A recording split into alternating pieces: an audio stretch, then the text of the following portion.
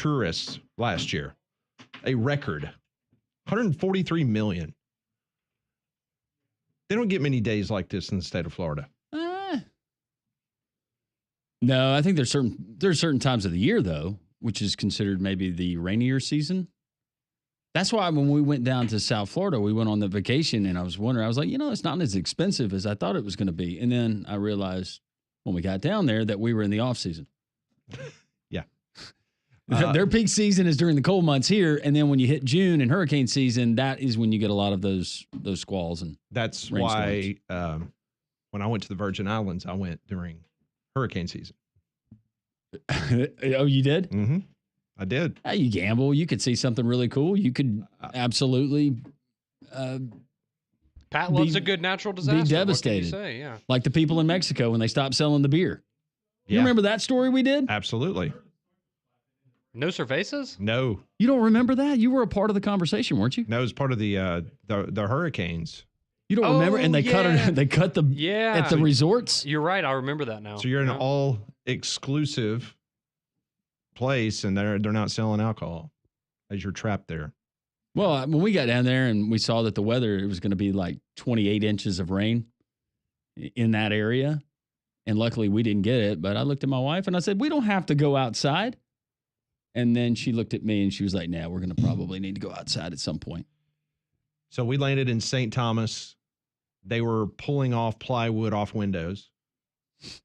And as we were going to the airport to fly back to the States, they were putting plywood back up. So we actually got within the window because those things were like lined up off the coast of Africa, just heading straight for the Virgin Islands. When we got to the lobby, it's a bad sign when you have coordinators from the hotel. And this was a nice resort.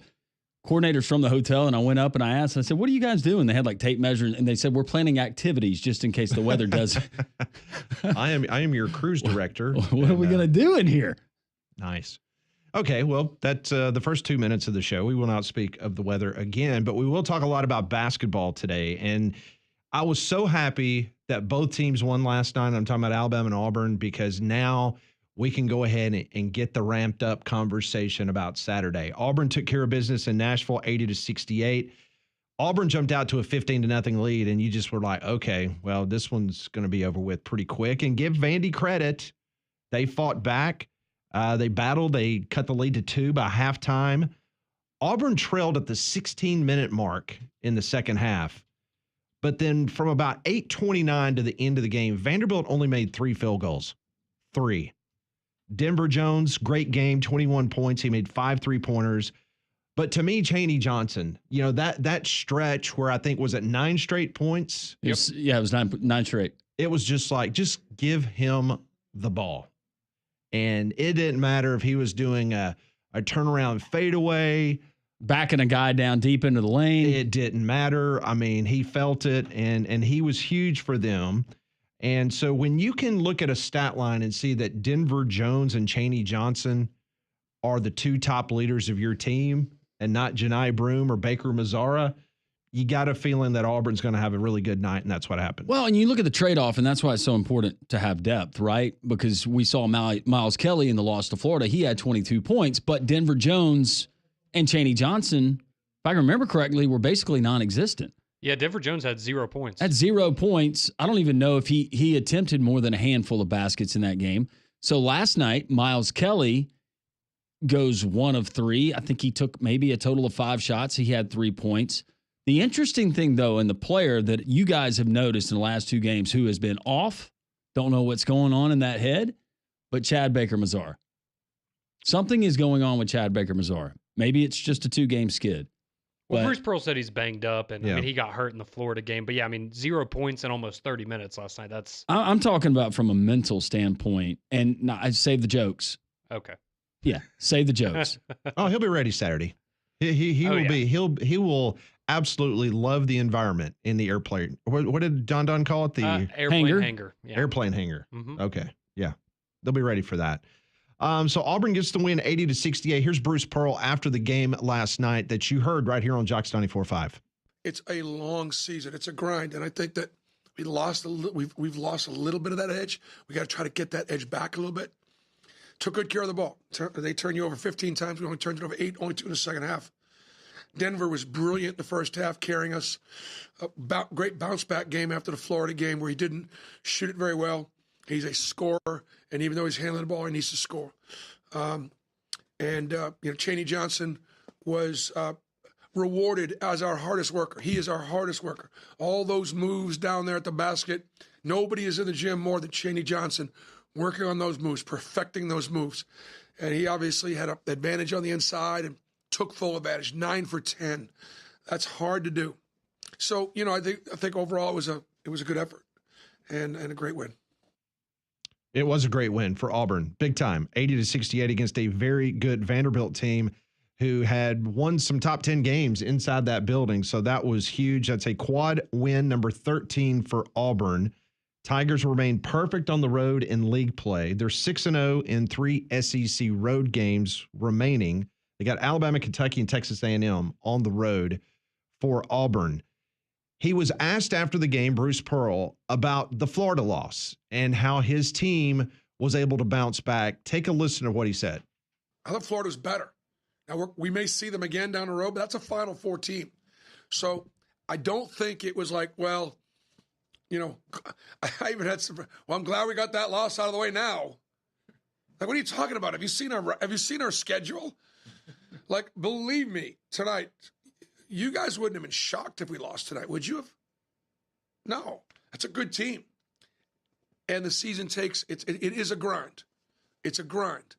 And it's just about taking it one game at a time. So far, this team has done a pretty good job of taking it one at a time, and we've learned a lot from our wins. So Florida beat us because they were better. There you go. Interesting comments from Bruce Pearl. No, I agree with him. I think Vanderbilt, however it shakes out down the stretch, I think that they are NCAA tournament worthy for sure. And I started thinking about this is a Vanderbilt team at one point in the season, their points off of turnovers, I think, led the country when they played Alabama. And if you remember, Conrad, that Alabama game, Bama built a big lead, but Vanderbilt would not go away. They kept chipping away. Then Alabama was able to extend and win that game by double digits. Same thing last night. Vanderbilt is just they're not a team. They reflect the mantra of their coach. They're going to play hard for 40 minutes. That's what they got, and that was a really good win for Auburn. Yeah, I mean, you look at Vanderbilt, and I mean, if they just shot 30% from the 3-point line last night instead of 20% or whatever it was, I mean, that's a one-score ball game last night right there. And so you would be in it until the final seconds. And like you said at the beginning, Pat, to go down 15-0 and surge back and to ultimately get the lead at one point is a testament to how good this Vanderbilt team is. But you also have to give Auburn credit because they could have very easily just kind of waved the white flag and moved on to Saturday. But they didn't do that, and to come back and win by double digits is pretty impressive. It was not a sellout. The place seats around 14,000. They announced 13,000. Seemed like a good Auburn crowd every time something Auburn happened. North was there. Yeah, it was. They were sitting right behind the Auburn bench in the end zone. So yeah, it was a good atmosphere last night in Nashville. So Auburn's now 22-2, 10-1 in the SEC. In Auburn's first 111 seasons of playing basketball, they've won double-digit conference games 17 times. So 15% of their existence, they have won double digits in the SEC. It's now been done 7 times in the last 8 seasons under Bruce Pearl. That is how historic and how dominating Bruce Pearl has been on the plains of Auburn. You're talking about a basketball program that at times had a little bit of success, but they were not able to sustain it for long periods of time. And this is the golden age of Auburn basketball. Bottom line. No, he's been consistent. And you go back to the one season that they had where they said, hey, we're going to go ahead and we're going to self-impose the penalties. That was not their best roster, but every other year they've been tournament bound. They've been consistent. They've been steady. Last year that was a disappointment, but this year, no, I'm right there with you, Pat. As much as I love Sonny Smith and I respect everything that he did, and I grew up when I was watching the SEC, Sonny Smith, Wimp Sanderson, some of those other guys, that's what I knew of college basketball. Wonderful coach, but it's hard to argue that Bruce Pearl's the GOAT. Yeah, I mean, the numbers just, fully supports that. So Auburn takes care of business. So then last night, is this a trap game for Alabama playing in the Moody Center? They almost had a sellout last night at the Moody Center, which was kind of surprising. By the way, I don't remember it being so obnoxious to me when Auburn played them. No. But you know what I'm going here? Yeah. With the stupid music. Mm-hmm. Yep. Like every dead ball, we got a DJ playing something. Yeah, DJ he's ramped it up a little bit since that Auburn game. I mean, during the Auburn game you got that, but it was more of a subdued Sunday afternoon NBA game. Yeah. This was more of. Did you not notice it last weekend. night? Was it not obnoxious? No, well, it's funny you say that because I was watching the game and it was obnoxious, but then there were a couple times where, Paige was sitting there with me and she was doing something else, but she'd be like, why are they still like, are you watching two things at once? Like, what is that music? They're down by like, 25 points. Why are they still trying to get everybody pumped up? Yeah, she was not a fan of the Mario like song or the whatever sound effect that they would play all the time, and she was like, "Why are they doing this?" Well, their fans get there. The wine and cheese crowd, they get there a minute or two before tip off, and that's coming from someone who's done multiple games there that told me that. So, Pat, they're probably not still there. I guess not. They've gone back to their suite, or probably so. Had their chauffeur pick them up at the front door. So there was something that was really funny towards the end of the broadcast, and I'll bring it up in a second. So Bama ends the first half on a 10-0 run, okay? They shot 65% in the first half against Texas. They hit 7 3-pointers. They did have the 9 turnovers. That continues to be a bugaboo for this Alabama basketball team. Think about this. So the Alabama Crimson Tide, they shoot 36% in SEC league play from the 3-point line before last night, 36%. They made an SEC best this season, 17 3-pointers. They shot 57% from behind the 3-point arc. So they shot 21% above their average against Texas. 5 Tide players with 13 points or more. Stevenson had 22 points. By far the best game of the entire season. Sears Holloway had 18. Philon had 15. Diabate had 13. 7th game this season in which Alabama scores over 100 points. It was the worst loss by Texas in the Moody Center. Diabate was 3 of 3 from outside. Looks weird when he's winding up with that left 17 3-pointers as a team. Now, the interesting stat is you turn it over 17 times. That's where the shooting 57% from 3 comes in handy. It'll cover that up real quick. Yeah. You win. You win by 23 on the road. You win by that much. You turn it over 17 times. But, oh, yeah, by the way, we make 17 threes. So, as I mentioned, worst loss in the Moody Center's short history. Texas usually defends their court pretty well. Not last night. It was the second most points they have ever given up in the building. It was the biggest loss, and it was the second most points. They had given up, I think, 113 points to Kansas State a couple of years ago. But they actually won. I think it was overtime game, something like that. So the over in that Big 12 matchup. No doubt. All right, so let's hear Nate Oats. Of course, everybody in the post game, including the Texas media, they're already looking ahead to Saturday and playing for possibly a number 1 ranking next week in college basketball. Here's Nate Oats. We'll see Saturday. Who's the best team in the country, I guess. I do think, we've got a mature group. They know they've prepared. We kind of get into it, the haze in the barn, if you will, going to these games. Like, we know what we have to do. We don't get upset. The other team hit some tough shots that we're willing to give up. Now, the turnovers, that was a little upsetting. Some of the rebounds we gave up was a little upsetting, but we try to be intense, like you said, very intense, play hard, give max effort, but we come prepared. We know what we got to do. We get it done. We execute the game plan, and we get out of here with a win. And do we think we're the best team in the country? I think we got a chance to be, but Auburn's the best team in the country right now, and we got to knock them out on Saturday if we want to claim to be the best team in the country. There you go. The Alabama basketball coach says Auburn's the best team in the country. Is he encouraging fighting? I heard knock him out. Knock him out. Let's make that a big deal. I'm kidding. No, if they knock down 17 threes on Saturday, Auburn's in big trouble. Auburn could be in trouble. I was talking to a buddy of mine who's an Auburn fan last night, and he said that he almost wishes that Bruce Pearl would sit Janai Broome for a couple of weeks because he's not 100%. He's not 100%. And Auburn in transition, you heard Ty Golden talk about it during the timeout when he was mic'd up in Saturday's game. Auburn is not the best team in transition and getting back. What does Alabama like to do? Fly up and down the court. That could be problematic. Now, what Auburn has done well, with the exception of the Florida game, was defend the three.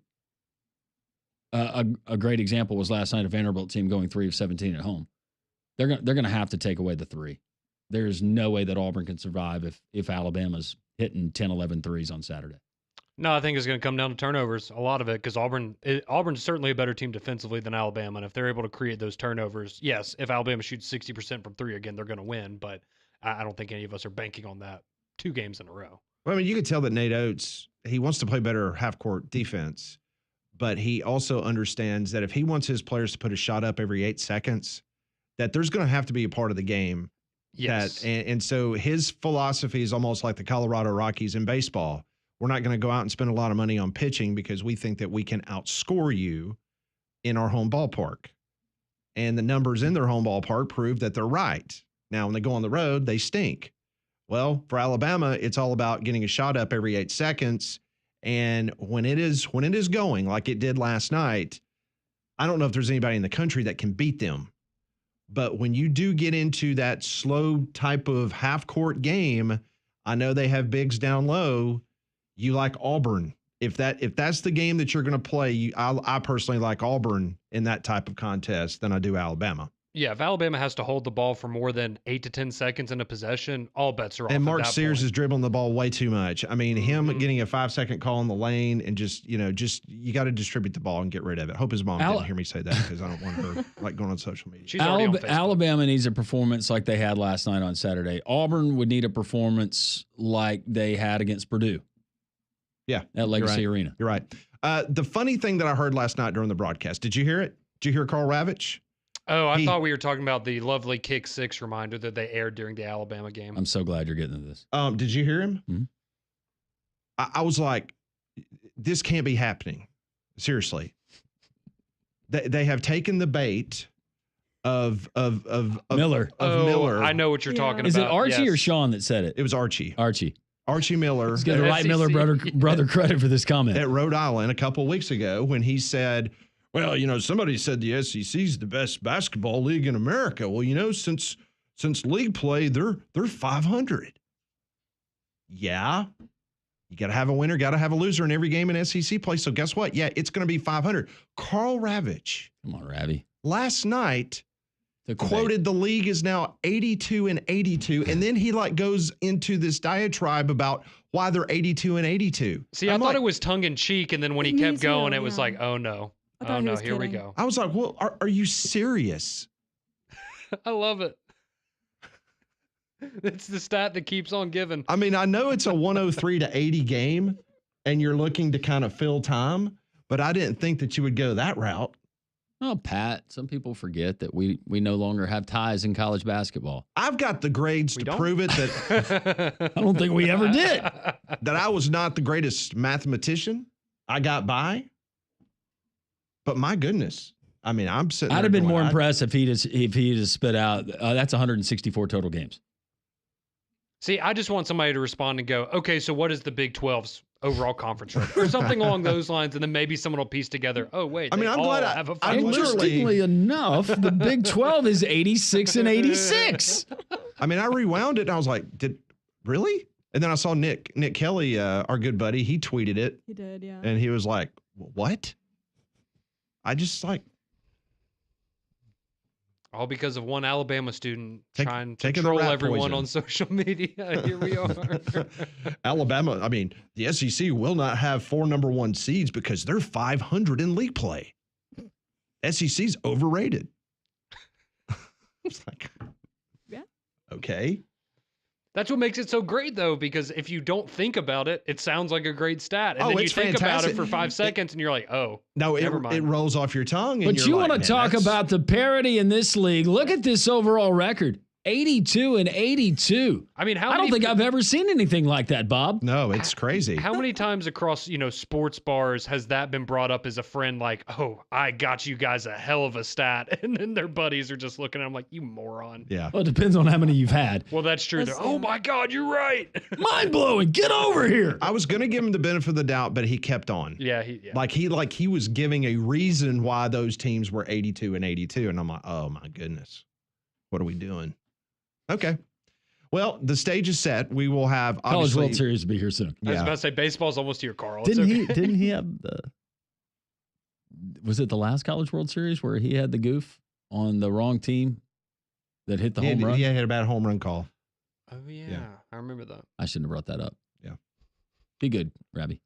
We will have plenty of time to start the hype for the Iron Bowl of basketball, which is Saturday. ESPN immediately started. The promos were like fast and furious last night, and they will continue up until Saturday. So it should be a really great game. When we come back on three-man front, not that good of news for the team from the South Side as UAB goes on the road in the American Conference. They took it on the chin last night. We'll get into that as well as take your texts, your phone calls on the Courtesy GMC text line. Our lineup today includes Brian Edwards, Vegas Insider, Chris Stewart, the voice of the Alabama Crimson Tide. Dimitri Ravenos will be with us. He wrote an interesting article about Nate Oats and possibly North Carolina. So, yes, that is absolutely becoming a story, and North Carolina hasn't even fired their coach yet. And also at 12:30, a friend of the program, this happened and came across the wires late yesterday afternoon. Representative Chris Blackshear from Phoenix City, he is going to join the program. We've talked to him before about the fact that Alabama does not have legalized sports gambling or lottery. He's going to come on today because a representative from Auburn is proposing a bill in which NIL athletes will not have to pay state income tax, similar to what Georgia is trying to pass. So Chris is actually one of the individuals that is writing the legislation.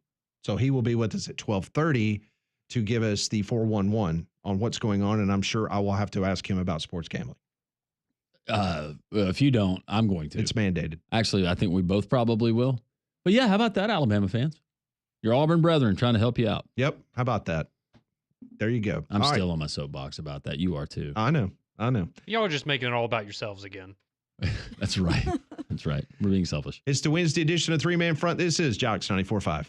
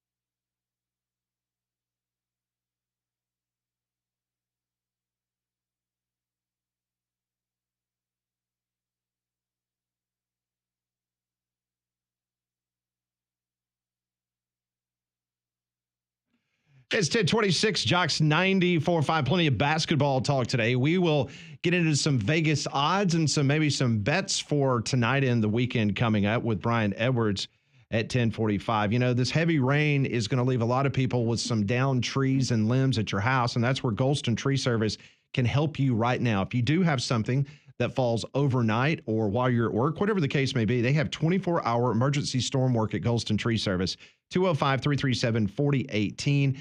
The company is run by a certified arborist, okay? So, I mean, he knows exactly what he's talking about. He can lay out a plan, whether it's just trimming of your limbs, whether it's full taking out the tree and stump grinding and taking everything away. They can do that. Just the smallest to the biggest jobs they can handle at Golston Tree Service, 205-337-4018, Golston Tree Service. Disappointing night in Greenville, North Carolina. Last evening, UAB had a 5-point lead at intermission against East Carolina. UAB had a really good history there in that building against East Carolina. It's only the second time that UAB had lost in the building, but they go down 82-75. ECU was down by 12 points at one point in the second half, and the Pirates shot 60% in the second half against UAB. Yaxel Lindeborg did not have a very good first half, but he ends up with 22 points, 10 rebounds.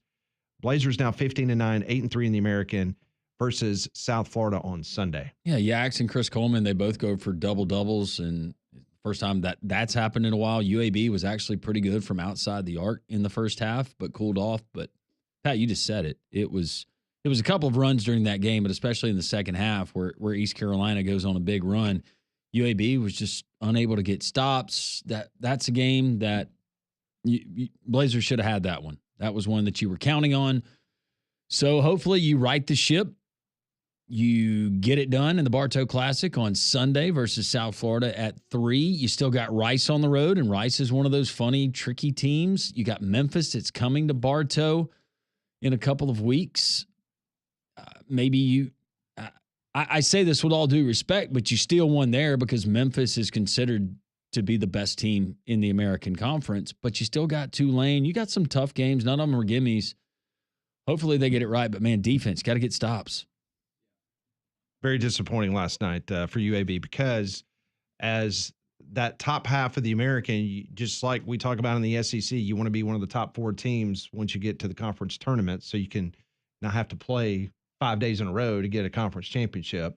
And UAB needs to be very careful with what's going on because now North Texas, who you just beat at home, they have now jumped over UAB for second place. So they've got 9 wins. I'm just trying to think. I can think of one East Carolina men's basketball coach ever. And you know who that would be? Coached here in this state. Do you remember? Jeff Lebo? Yeah. But can you name another? How about this? Dave Odom coached there. I did not realize that. Remember Dave Odom? I do. Dave Odom from Wake Forest. Mm-hmm. If I'm not mistaken. South Carolina too, right? Was Dave Odom was he a WIMP assistant? You know what? I think he was. I think Dave was. And Mac McCarthy, as a matter of fact, that is a former Sonny Smith assistant. Okay. Yep. He also coached at Chattanooga and VCU. Anyways, I was just throwing out that useless piece of information in case anybody tries to stump you at the bar. All right, so America wants this, and you're going to get it. Come on. This was actually said last night during the broadcast. We were just talking about it. Here's Carl Ravitch doing his best Albert Einstein imitation. So think about it. We know how dominant they were in the non-conference season, the SEC. They were 185-23. Since January 4 into Tuesday, the SEC teams are 82-82. It's not as if one team or 2 teams or 3. They're 82-82. Like there's been no ability to pull away. There's no dominant group of teams. Yeah, you're not going to get that on FS1. You're not going to get Gus Johnson talking about that. It's unfortunate. Maybe now that this has made the rounds, we stop getting. Yes. Hopefully so. No, it's this eye-popping stat. I hope it keeps going. It's personally. gaslighting the SEC. That's all it is. The SEC is the best conference in all of college basketball. The ACC and everybody else are putting memos out. The conference is 500. They shouldn't get more than 8 teams in the NCAA basketball tournament. This is gaslighting. That's all it is. It's amazing. The further we continue to get in the season, there's no separation between these teams. 0. It's amazing. Their non-conference schedule was just phenomenal, that number he just gave. And then now they're a 500 league. 500 league. That's Just beat up on each other, right? Yeah. Nobody has separated themselves. Cannibalize. Mm-hmm. Yep. It's crazy. Absolutely crazy that South Carolina hasn't won a game in conference play and LSU's won 1. Broken clock. But Right. meanwhile, Twice Alabama and every day. Auburn's only lost 1 apiece. It's just What was that? What was crazy. that? The one you like to throw out? A broken clock? Oh yeah, a broken clock's right at least twice a day. Mm-hmm. There you go. Conrad's mind is blown. I know now. he's right. What? I'm just still trying to wrap my head around this stat. I thought the SEC was the best No, conference this they're year. not. and They're 500. Just feel like I've been lied to. You have been. More 3-man front on this rainy but a perky Wednesday. This is Jocks 94.5.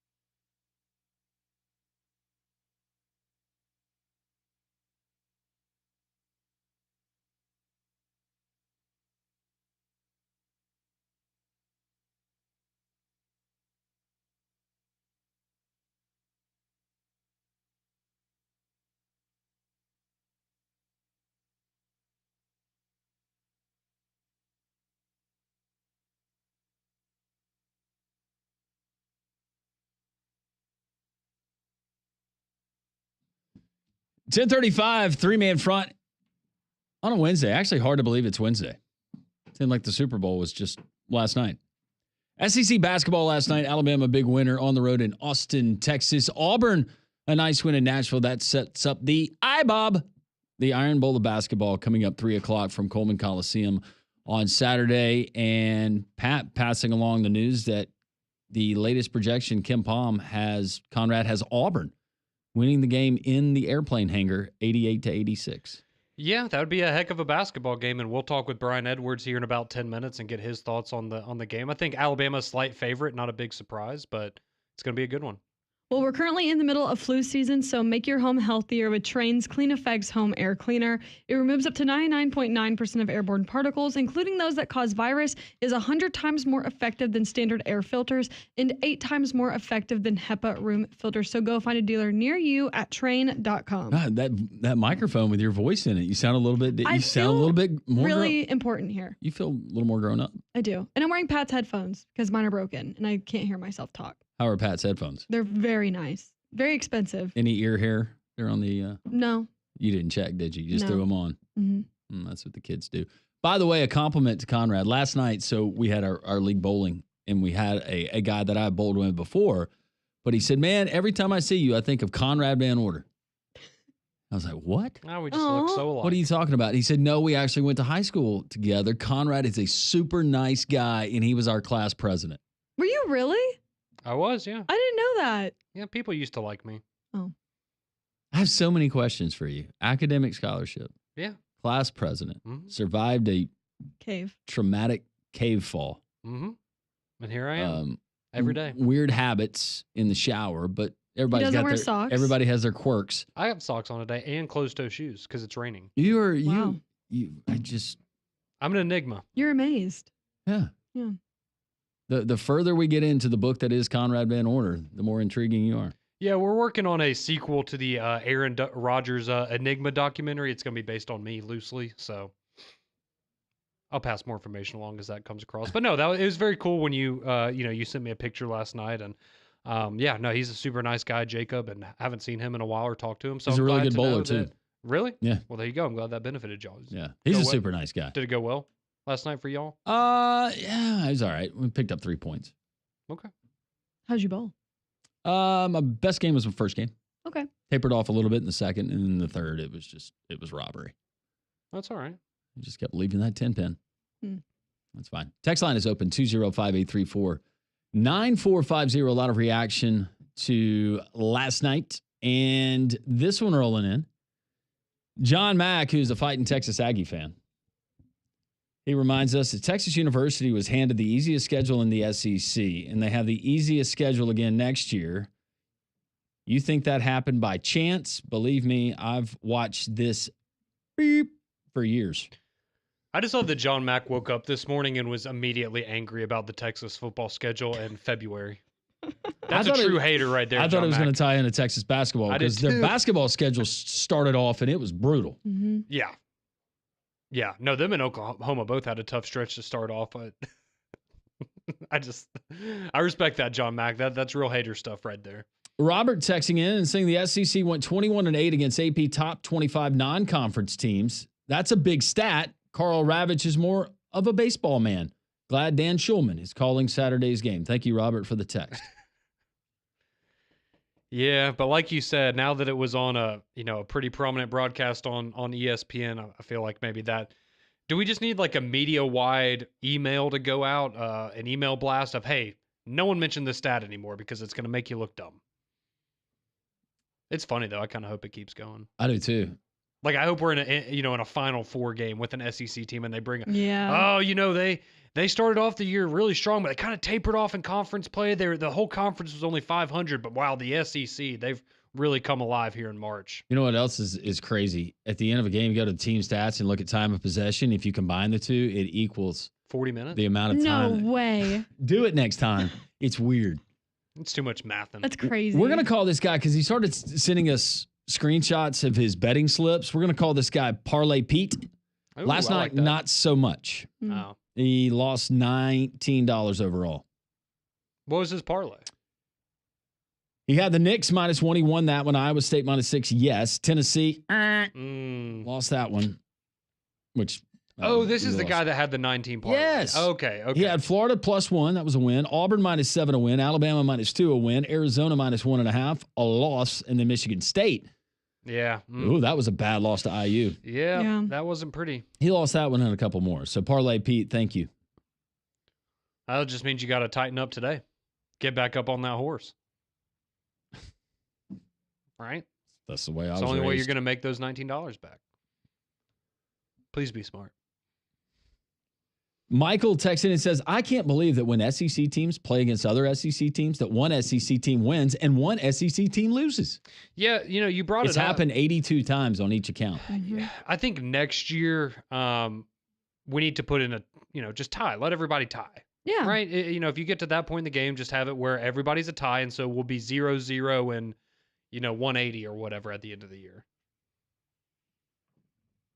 Earlier, y'all talked about the music being played last night at Texas at the Moody Center. Earlier this year, I think it was at Oklahoma, not sure. Auburn playing there. Auburn was playing there earlier. That was their second game of the conference schedule.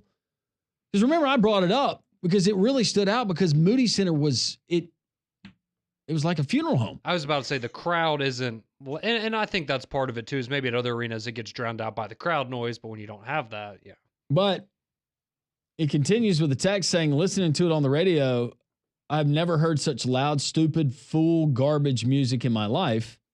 When they played it, it was coming through the radio so loud, almost couldn't hear what Andy Burcham was saying on the call. Stupidity rules. And this would be a good summertime conversation, but for whatever reason, stadiums and arenas, when they make playlists, they keep the same songs on there for way too long. Mm-hmm. Like, I'm sorry, I don't need to be hearing Mo Bamba at a basketball game in They still 2025. play that? Yes. Yes, they do. It's like, yeah, let's cycle some new stuff in here. Text coming in. Conrad is a conundrum. Chuck from Arab says, That I am. spent half my life in Hayden. You're a conundrum. I'll take that as a compliment. Yeah, I think I would. There's other words. It means I'm He could have called you. mysterious. Right? Yeah. That's what people like to be A mysterious. conundrum to me, that's like a Rubik's Cube. Yeah. You're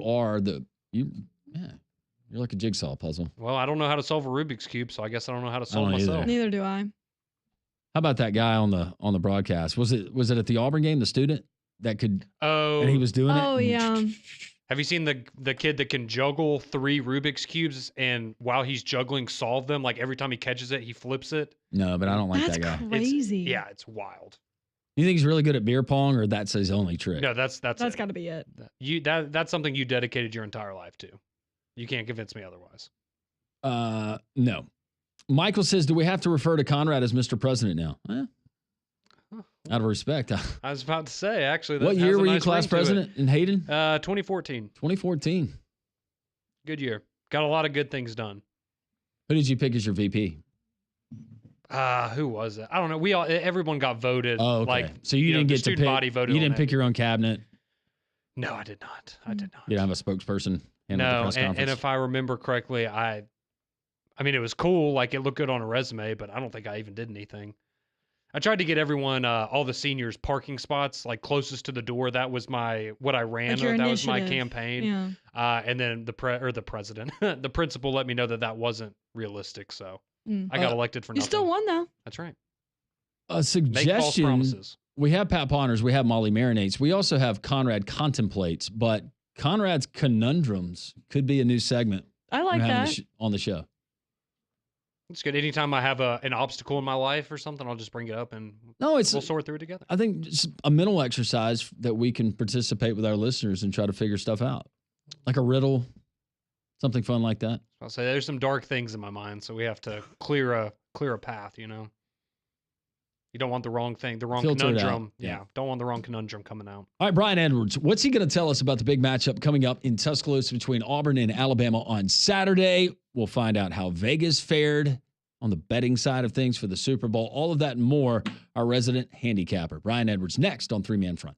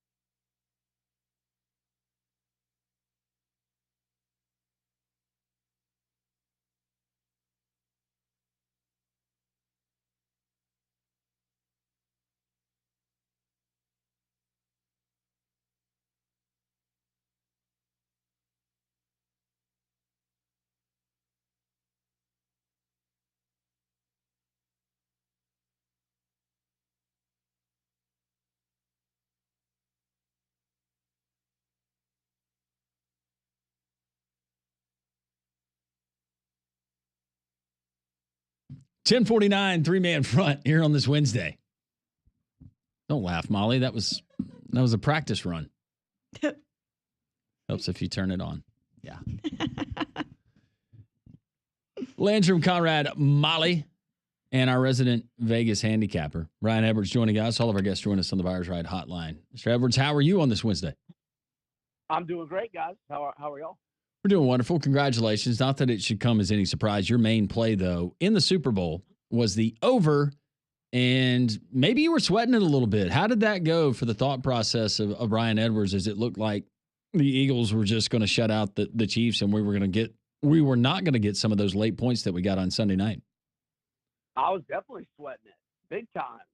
When I think it went over with like 250 left, but then they got another tutty, and I had an alternate line at over 55.5 at plus 210, I think it was. So it ended up working out great, but it was definitely a 4-hour sweat, no doubt about it. But the Jalen Hurts props were not a sweat. Fortunately for that, the spot at the 1-yard line, or Dotson. I know somebody that had 80-1 Dotson scored the first touchdown. I can't imagine how painful that was. That was brutal. How did Vegas fare on side and total? I heard on Beeson yesterday that their hold was 14%. They won 14%, but that the total amount wagered was down 20%. But last year's was a record handle. And I don't know what the cause of that was. Maybe just, tough to, well, obviously it wasn't that tough to figure out considering it's a blowout, but a small line. Maybe just people were hesitant to bet the side. I don't know. I don't know what the price of eggs are in Florida, but if you see what a dozen's running here, I think that's directly, it's that bird flu, man. What flight cost? Is that what you said? No, it's the price of eggs. We got a bird flu going on. There's a second bird flu. I think it's affecting people. Eggs are a staple of a lot of people's diets, so they're not wagering as much on the Super Bowl. That's my theory. Gotcha. I gotcha. Well, Brian, from the Super Bowl to the Iron Bowl, or the IBOB, as we like to call it here, we know we have the big one coming up on Saturday with Alabama and Auburn, the 1-2 matchup. I guess we're going to hear the stat of, well, they've never played 1-2 in football, but they're doing it in basketball. That'll be the, Ryan Williams is only 17-year-old stat of the weekend. But how do you feel about this game going down there in Coleman Coliseum, Alabama getting to welcome in the Auburn Tigers with first place in the SEC on the line, Brian? Yeah, I like Alabama a lot in this game. I went to Ken Palm's projection. Now, Ken Palm's projections are not, always going to be what the opening line is, but it's usually really close. And I was thinking it'd probably be Alabama slightly favored, but in my mind, like, my line is Alabama -4 because I like Alabama a lot in this game. But it had an 88-86 Auburn win as its projection. So that would be Auburn -2 and 174 for the total. I don't think I think it'll open Pick'em or Bama slight favorite, and then the market will determine what happens. But I hope Ken Palm's right. I hope Alabama's a home underdog. If Alabama's -3 or fewer, Alabama will be a pretty big play for me. Auburn has just not been as good on the road. I mean, they've only lost on the road once, but they've had a lot of non-covers and narrow escapes on the road. And I love how Alabama's playing right now. I had them laying the points and team total over last night. And I actually got their team total over 84.5 on Saturday against Arkansas. So I ended up winning, but what a sweat that was, and a bad beat if you had it anything 85.5 or more. Youngblood missing those two to four free throws there in the last 7 or 8 seconds Saturday night. But Alabama's been really good to me, and they were very good to me last night. Brian, before we get into some of your other plays for tonight, I do want to dig a little bit deeper on this matchup we have. I know that there's a lot of factors that go into why you like a team, and you rate them yourself, and you kind of evaluate. Alabama playing at home, absolutely. Alabama's if not the best, one of the best teams in the country. No doubt about that. But how much is contrast of style between Alabama, the up-tempo, and then what Auburn likes to do? How much does that factor in? Well, I don't think Auburn minds playing up tempo either. Alabama is ranked sixth in pace at Ken Palm. Oh wow, Auburn. Never mind. I shouldn't say that. Auburn's ranked 127 in pace. God, that surprises me. Mm-hmm. That's not normally how Bruce. Bruce Pearl. He doesn't mind playing up tempo normally, but yeah, I'm okay with the contrast in styles. Really, the thing is for me is Alabama being at home. That's the big thing for me on this specific game Saturday. Being at Coleman, that's why I give them the advantage.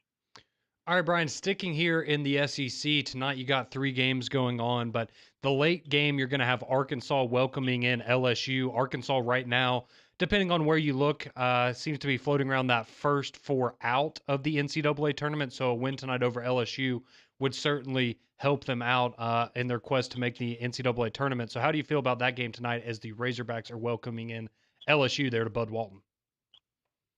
Yeah, it's more than anything, it's if they lose, it would be an absolute killer of a loss. Oh, yeah. But look, sense of urgency does not always translate into success. And Arkansas has not been good in this type of spot this year. They're an abysmal 4-9-1 against the spread in 14 games as a favorite. And in 4, they've only been favored in 4 SEC games, but they are 1-3, both straight up and ATS in those 4 SEC games as a favorite. And the lone win and spread cover was at home to Georgia. They beat them by 3 as a 1-point favorite. LSU is, they've lost a lot of games, but they have won 3 of the last 5 head-to-head, both straight up and against the spread. Against Arkansas, including a 78-74 home win earlier this year. And they had Ole Miss beat the other night. They were up 70-59 with 3 minutes left and then got outscored, 70-59. So, yeah, they got outscored 13-0 down the stretch and lost on a tip-in. But I like LSU plus 9.5 or 10. All right, Big East tonight in about 20 seconds. Who do you like? I like Xavier laying 2.5, and I like St. John's. Xavier's at Providence, and I like St. John's -2 at Nova. Big head coaching advantage, Pitino against Neptune and the Red Storm. Although the Red Storm's guard Smith is doubtful, so I don't like it as much as I was liking it initially, but still like St. John's. Brian, thank you. Tell the boat we said hello. Chris Stewart next.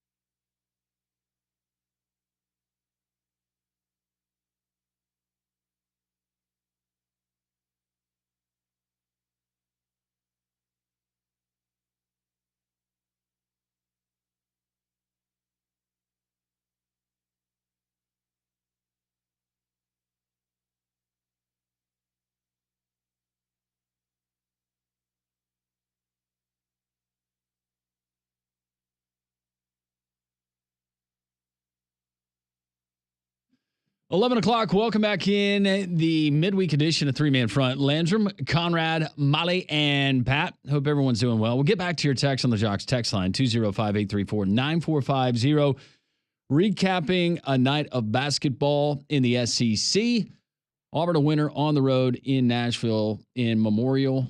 They beat Vanderbilt 80-68. Was not easy. Auburn opened up with a big lead at they led at halftime. Vanderbilt took the lead in the second half, and Auburn able to pull away with some good defensive play down the stretch. Meanwhile, Alabama, 17 threes in a win over Texas at the Moody Center. Tide wins big. That sets up a big matchup coming up on Saturday in Coleman Coliseum. He's going to be courtside calling all of the action. It is the voice of the Alabama Crimson Tide, Chris Stewart, presented by our friends at Craneworks.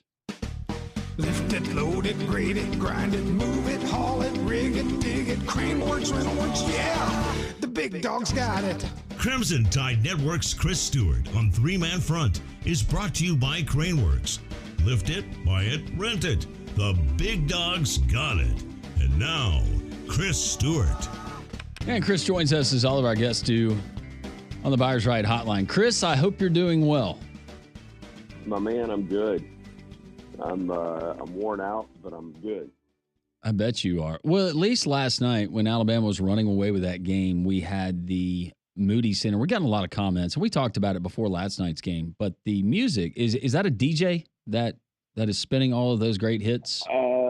You know what? I heard some comments about it, but I didn't really pay much attention to it. It's it's a college town, but it's got a big city feel to it in Austin. And that's a college game, but there were some NBA elements to it, and thankfully on the floor, Alabama brought more of them.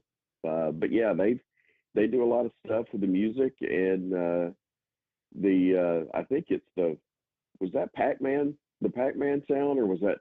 That was Mario. It was Mario. That was Mario. Yeah. Okay, I knew it was from a video game that I played way back in the day. I just couldn't. I only played two. I only played Pac-Man and Donkey Kong, so I knew it had to be one of the two. I just couldn't remember which one it was. Well, my wife was clear to point out that it was very annoying to her in the background while she was reading. While she was reading? The good news was I didn't notice it a whole lot because I didn't get to hear it a ton until the game was already out of reach. Well, and that's for certain. Alabama handles their business on the road trip, and that was a tough swing and having to go to Bud Walton and getting it done versus the Hogs, who had been playing well. And then last night, the Moody Center, and you worry about that look ahead, but Nate Oats seemed to have his guys dialed in, and what a time to start lighting it up from outside the arc. Alabama, 17 threes last night, Chris. Yeah, shot it incredibly well, and that's the thing that to me is so impressive about this club is that they're thought of as a team that only shoots threes, and that's not accurate. In the conversation is, well, they can only win if they hit threes, and that's not true either. They won the game against Arkansas making just 5, and then they found a way to. I think I lost you there for a minute, guys. You still with me? Yeah, you're good. Sorry, the AirPod died on me. No, they only made 5 threes in Fayetteville and then the 17 last night. So they can win different ways, but I think he does a phenomenal job of, addressing, what can be the elephant in the room and going, look, we're number 2 in one poll, we're number 1 in another. We know Auburn's in the same boat, 1 or 2, depending on which one you're looking at. We know that's coming, but for that game to be as big as it's going to be, we got to take care of business here. And, I believe win or lose, I think the toughest game of the year for Alabama is going to be next week in Columbia, Missouri, and it's not because I think Missouri's better than Auburn.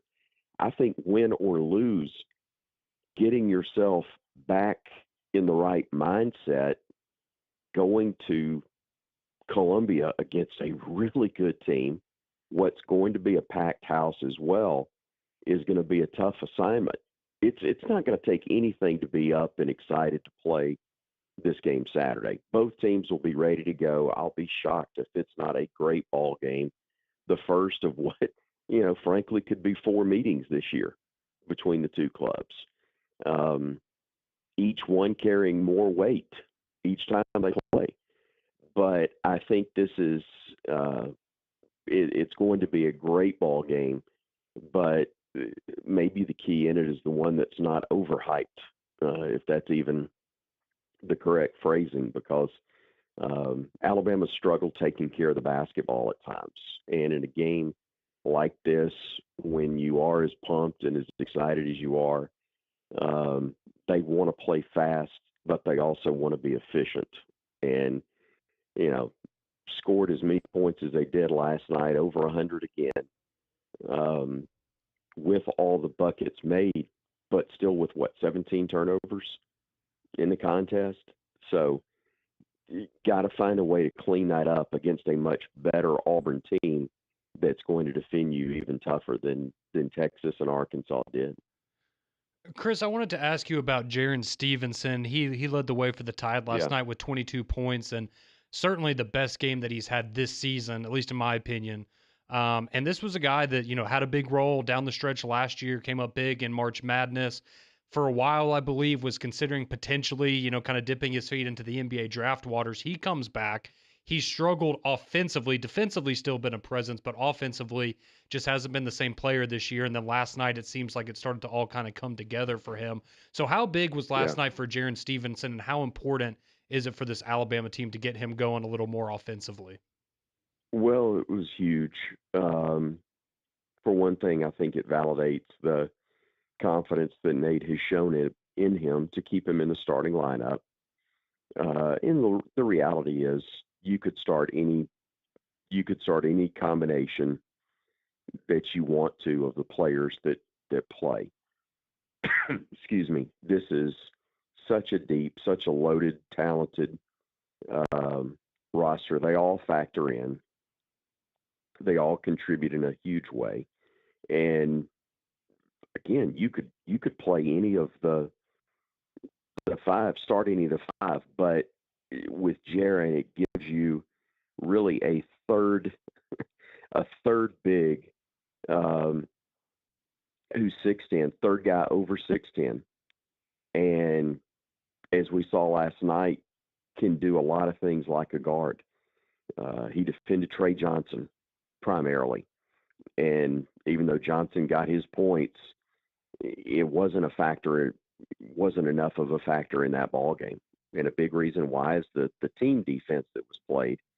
But Jaron had that assignment a lot in the course of the ball game. We saw him shoot it so well. He's not going to do that every night, but he's got that capability. And I think the fact that he did it once, we're going to see more of that type success. He's become stronger than he was a year ago. I mean, again, the guy was supposed to be a high school senior last year, and he reclassified.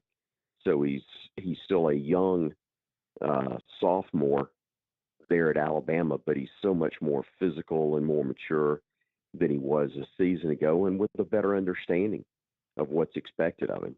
So just happy for him. He's a great young man, and really, really happy to see him have that type of success offensively and continuing to do things on the defensive end that can factor in winning for you.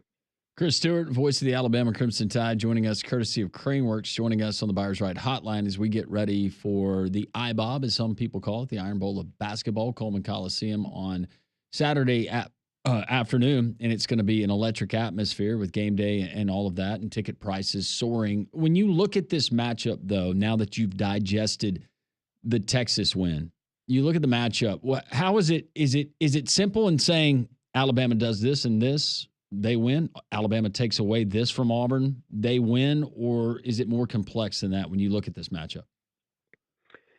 Well, both teams have so many playmakers, and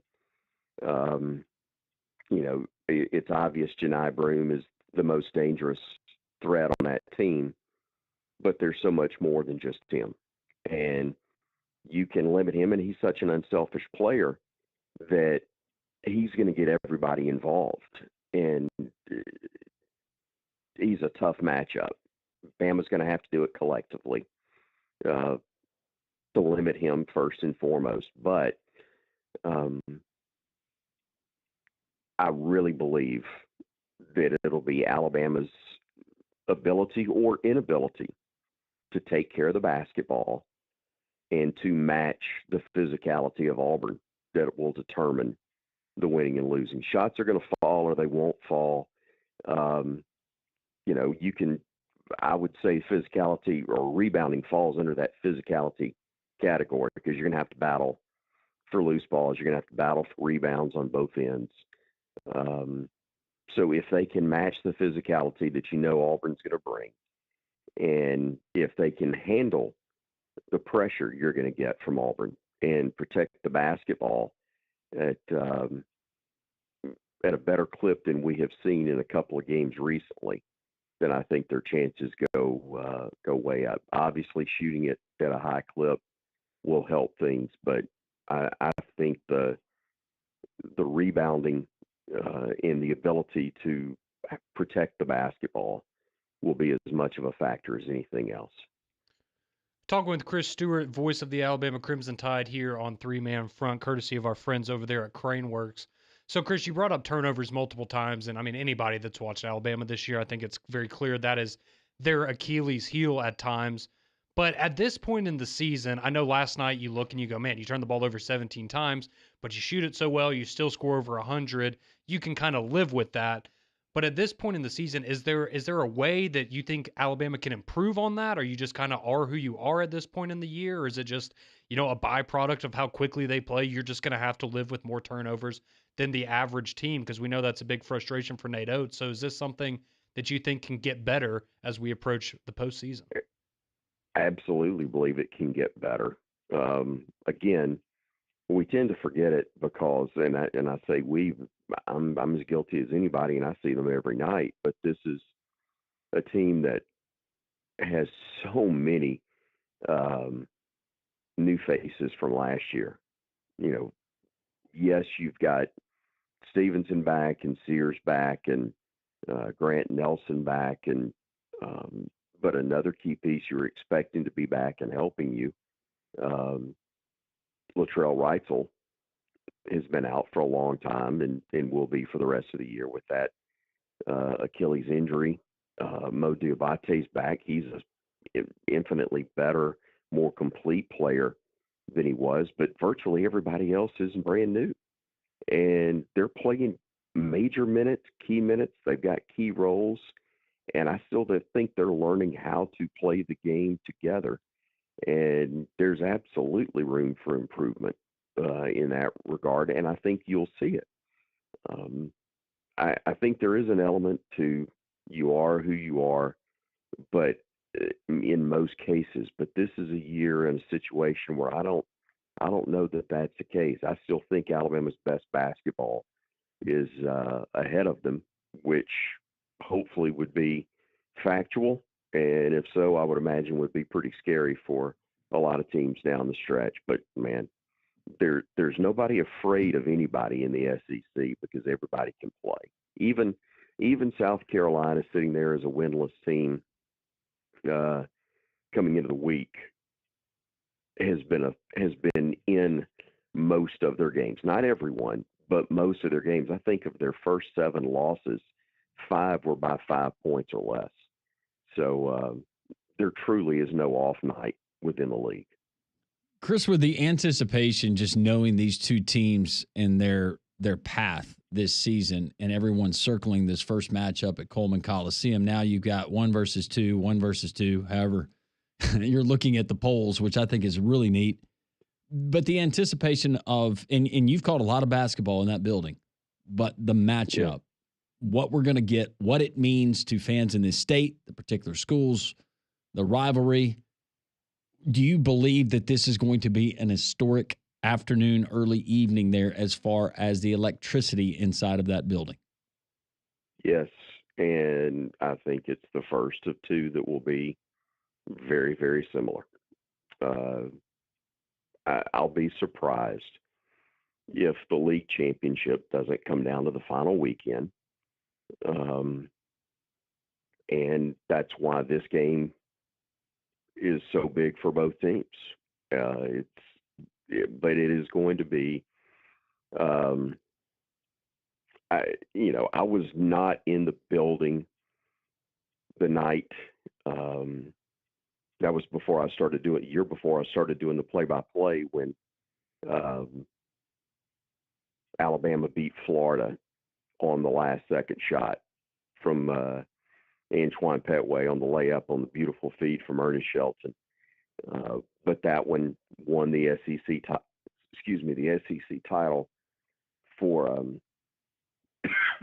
sorry guys, for Mark Gottfried and Erwin Dudley junior year when he was the conference player of the year and Mo Williams the freshman of the year.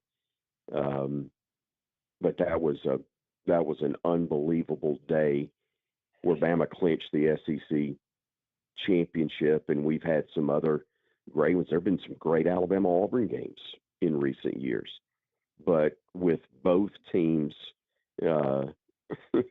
trying to win the unified championship belt or unified heavyweight belt, we'll call it, with both being ranked one in one poll, one in the other, and flipping it to two in the other polls.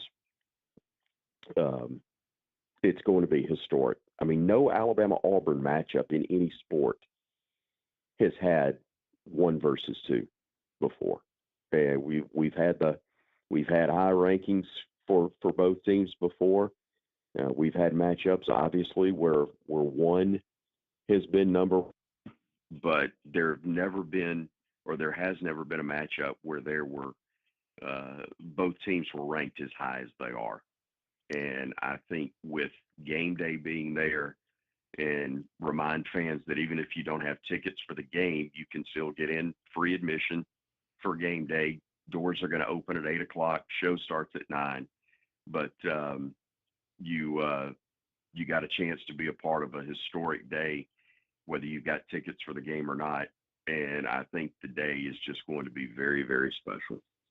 Quickly, Chris, we're all looking forward to Saturday. Obviously, you also brought up what comes afterwards and how tricky that trip to Missouri is going to be. But starting Saturday, Alabama enters the final 7 games of their season, and all 7 of those games, at least as of right now, will be against ranked teams. You have Auburn, Missouri, Kentucky, Mississippi State, Tennessee, Florida, and then Auburn again. So just quickly, with all of your years covering both basketball and football, have you ever seen a stretch like this in SEC play? Because it's absolutely brutal. It's crazy, just crazy just how things have gotten with this. And if you were to lay out some of the football seasons, then maybe, but one of the polls has 4 of the SEC teams in the top 5. The other has the top 4 from the SEC. So it's a historic time for this league. This is maybe the best league in all of college basketball in the last 35, 40 years. That's how historically good this league is. And I think that's what's going to make the championship for whoever wins it.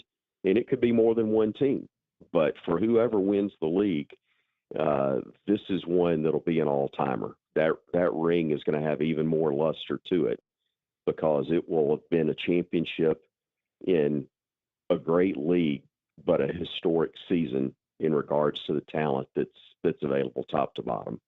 He is the voice of the Alabama Crimson Tide. He will be on the call for Saturday's game inside of Coleman Coliseum between Alabama and Auburn. It's Chris Stewart, presented by Craneworks, and I think it's very fitting, Chris, that the Iron Bowl between these two schools has featured the crane. You have to go back to 2021, but Craneworks, there's nobody else in supplying cranes around the Southeast.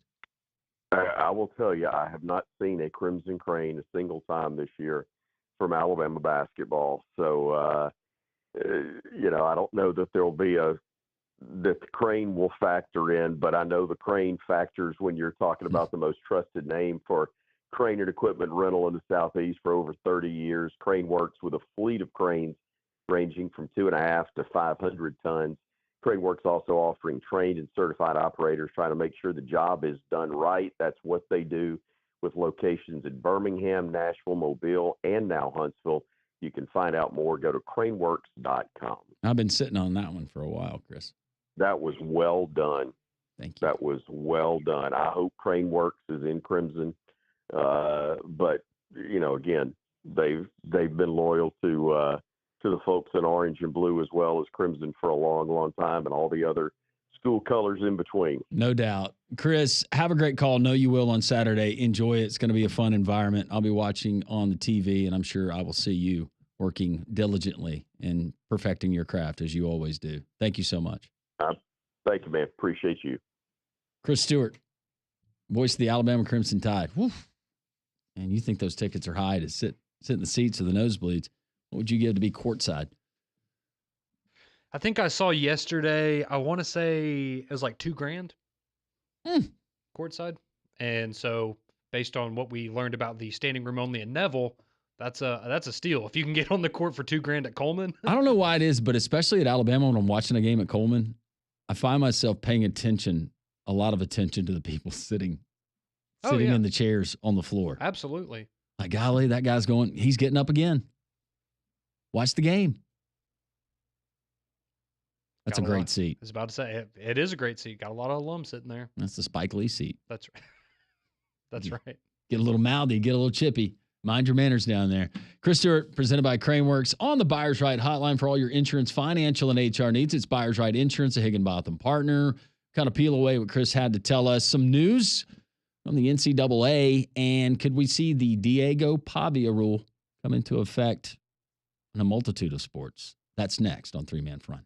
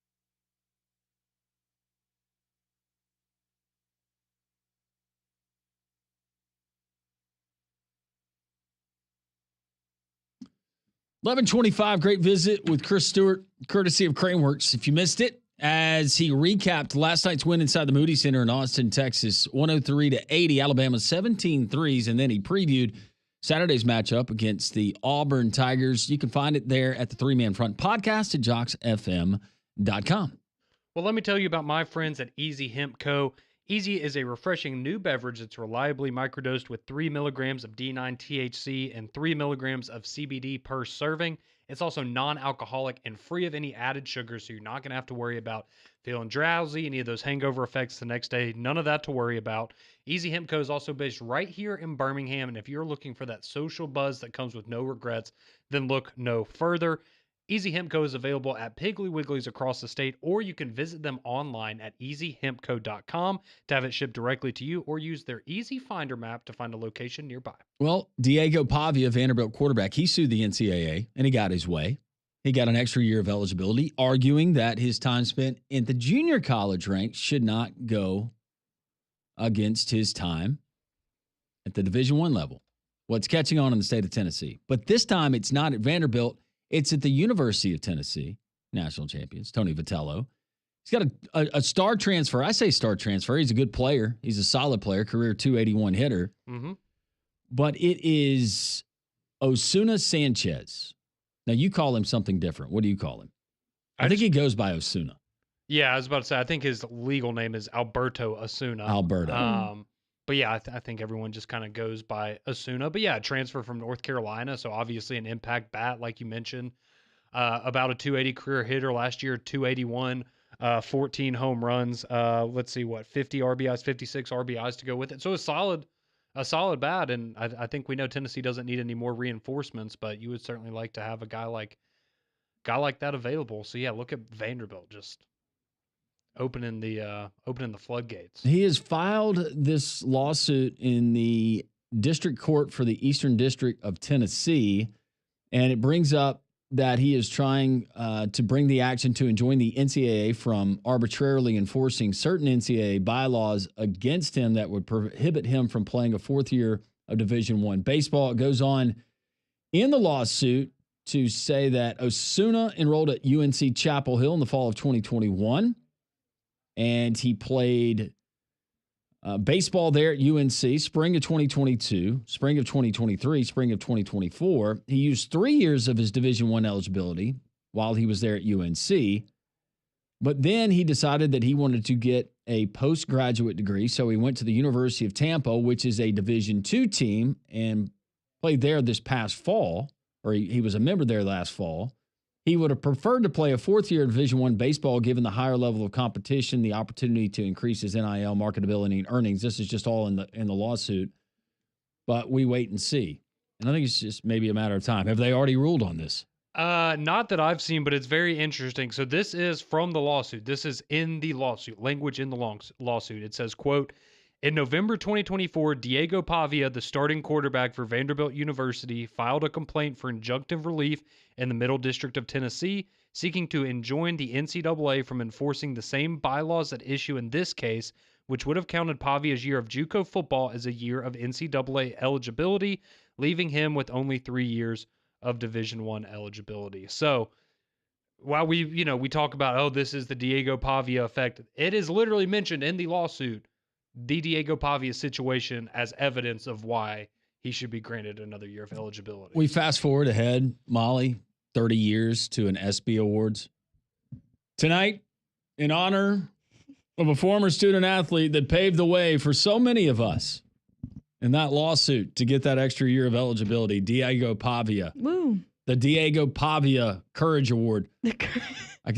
Shout out to your 8 years of college football. Yeah. I was about to say, can we just give it to the Oklahoma State quarterback every year now? Because Yes. it seems like they always have a 27-year-old that plays quarterback for them. So we'll just give them the Diego Pavia Award. I know that you weren't governed by the NCAA, Molly, when you were on the dance team at Nebraska, but is there a limit on how many years you can dance? You can do a fifth year. Like You if you have can? injury, or like we all got one because of COVID, but none of us used it. So could you go back? Like if you went back for a master's degree? I don't know about masters. I think it has to be like right after. Or if you're a transfer student. So like some of the guys on the cheer team were older, but it's because they were getting their masters. Like we had a guy that was on the Utah cheer team, but then spent his last 2 years at Nebraska, so he was on the Nebraska cheer team. Okay. Yeah. Well, you could use Diego Pavia in your I lawsuit. could. We could help you. We Yeah. don't want you to go. We don't want you to go to back to Lincoln. Oh, thanks. Well, we felt like you've grown so much. Well, she needs since to go you to an came south SEC of the school, Mason-Dixon. Angel, let's be honest. I'm sorry? She needs to go to an SEC school. Yeah. You could send me to Missouri. And they're barely SEC. Oh, they're my adopted team, though. Remember, I won every bet with them last year. Oh, that's right. Yeah, they won me a lot of money. And then your adopted team from the north is Detroit Mercy That's right. basketball. I was about to Have say, they do they won have a more The than one game? Titans, Do they have a dance team? probably. Surely they've won more than one game this year. We're Maybe about to so. find out. I would hope so. Maybe so. We do They're have 8-18. 8-18. Let's Wow, go. that's better. What a turnaround. They fired their coach last year, right? They did. I would imagine so. Was Yes.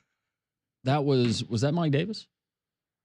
Oh, man, it was somebody. It was a former NBA player, was it Yeah. not? I can't remember who it was, but yeah, they did. I I thought mean, it obviously, was. you fire your coach when you lose, 26 games? And or I'm sorry if whatever that was it not Mike Davis because that was a bad basketball team. But It was. it was And Mike now Davis. it's Mark Montgomery, Okay. Hey, good job, Mark. according to Google. Killing it. Wait, Mark Montgomery. It sounds familiar. It's that wouldn't be the same Mark Montgomery. Okay, no, different, totally different. I'm looking at Mark right now. Let's see. He was an assistant at Michigan State with Tom Izzo for the last 10 years. That's where he's been. There you go. But now turning things around at Detroit Mercy. Looky there. Learned under a good one. Text coming in 205-834-9450. This one asking about Brian Edwards. He joined us, our resident handicapper, earlier in the show. And Conrad, he gave us some plays. First of all, he said that he likes Alabama right now in Saturday's game. Yeah, he said if you can get Alabama at -3 or anything below that, he loves Alabama. Also tonight, he likes Xavier -2.5 at Providence, LSU +9.5 or 10 at Arkansas, the Hawks +8 at the Knicks, and he also likes St. John's and Rick Pitino at Villanova. St. John's -2. Well, there you go, Parlay Petey. There's your What is There's it? your Parlay ticket. Pete? Parlay Pete. There we go. We have a listener that likes to play the parlays. It's not 9 teams, but close enough. Burr says, Conrad, class president in 2014. Man, I've gotten old. Yeah, 2014. That hit home with a lot of us. Hey, I got called old on Twitter yesterday because somebody was talking about the how much they love Damien and Molly and being the young people here on staff, yeah. and I guess I'm now lumped into the old group, even though me and Damien are the same age. Oh, man. Somebody has sent Molly, checking this out. They sent this to Conrad. What? What is that? Oh, is that when you pee in the shower? Mm-hmm. Wait, what? Oh, Is Conrad. it a picture of a drain? And pull up the text line. Is it someone's foot rotting off or Well, something? it's got a diagram on the picture on the left. What happens? It's got bladder in the shower Oh, and then bladder in the bathroom. it looks like it's Do gonna you know what happens fly away. if you relieve yourself while showering? That's disgusting. I'll have to catch up on that bit of reading later. Hasn't failed me yet. Thomas texting in, tough loss for UAB. Yeah, it was last night. UAB falls to East Carolina.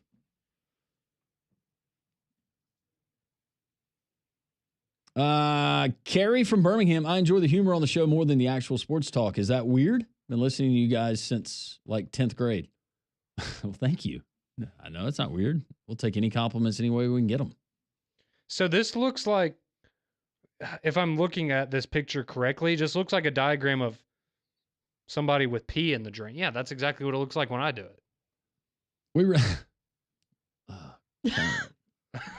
I mean, one day it's going to come in handy. You're going to get athlete's foot. Oh, They say that's vile. well, it's just like, who was it? Moises Alou and I think callus up your Posada. hands. I was about to say, yeah, it helps them so they didn't have to use batting gloves. So I just do that for my feet. Who doesn't want? Well, Fred Couples, he doesn't wear golf gloves. I'm sure maybe the same thing. Who doesn't want to wear batting gloves though? They just look good. I was about to say they just look good. Yeah. Look good. Get you an elbow pad, shin pad. Yeah. I was about to say you put a bat in my feet though. Get you an extra That thing's not going anywhere. extra extension that comes down from the ear hole. Oh, the one that covered the Jason Hayward. That's what I Yeah. call it. Mhm. Just in case you get a fastball like Andre Dawson did Mm-hmm. from Eric Shaw. Mm-hmm. You remember that? You're welcome. People thanking us for opening up their graphic. Oh, yeah. Well, Conrad is known as the peer now. And the on waffle show. stomper. Your friend from high school did not bring it up last night when we were bowling. well, I mean, I don't think he that's- knows that about you. I didn't have a Actually, I platform hope back he then. doesn't know that about you. Yeah, he was notorious. Conrad, clear out of there when Conrad comes in. Oh, I sniffles. can promise you, I was doing it back Sniffles. then. Old sniffles. Forgot about sniffles. That's right. You know, wish you had the sniffles when we do the rotten fish challenge.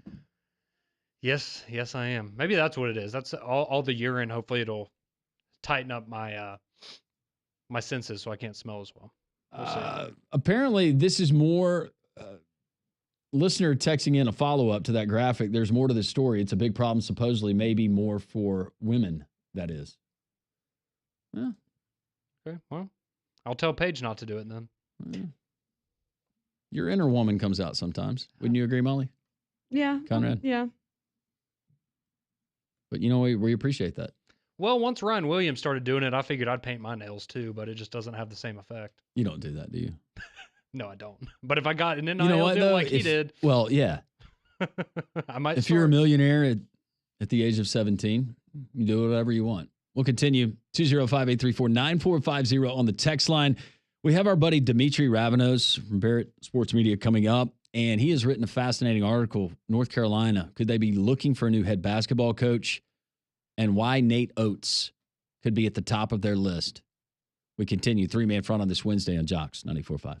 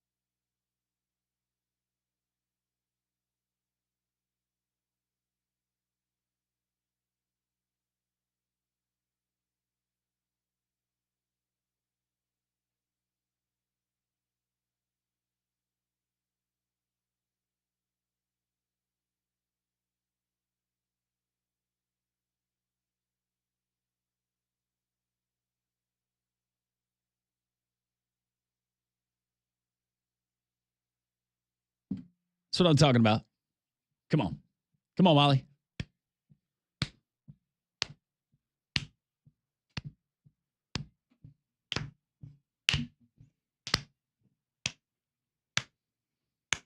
Reason to celebrate, Braves fans.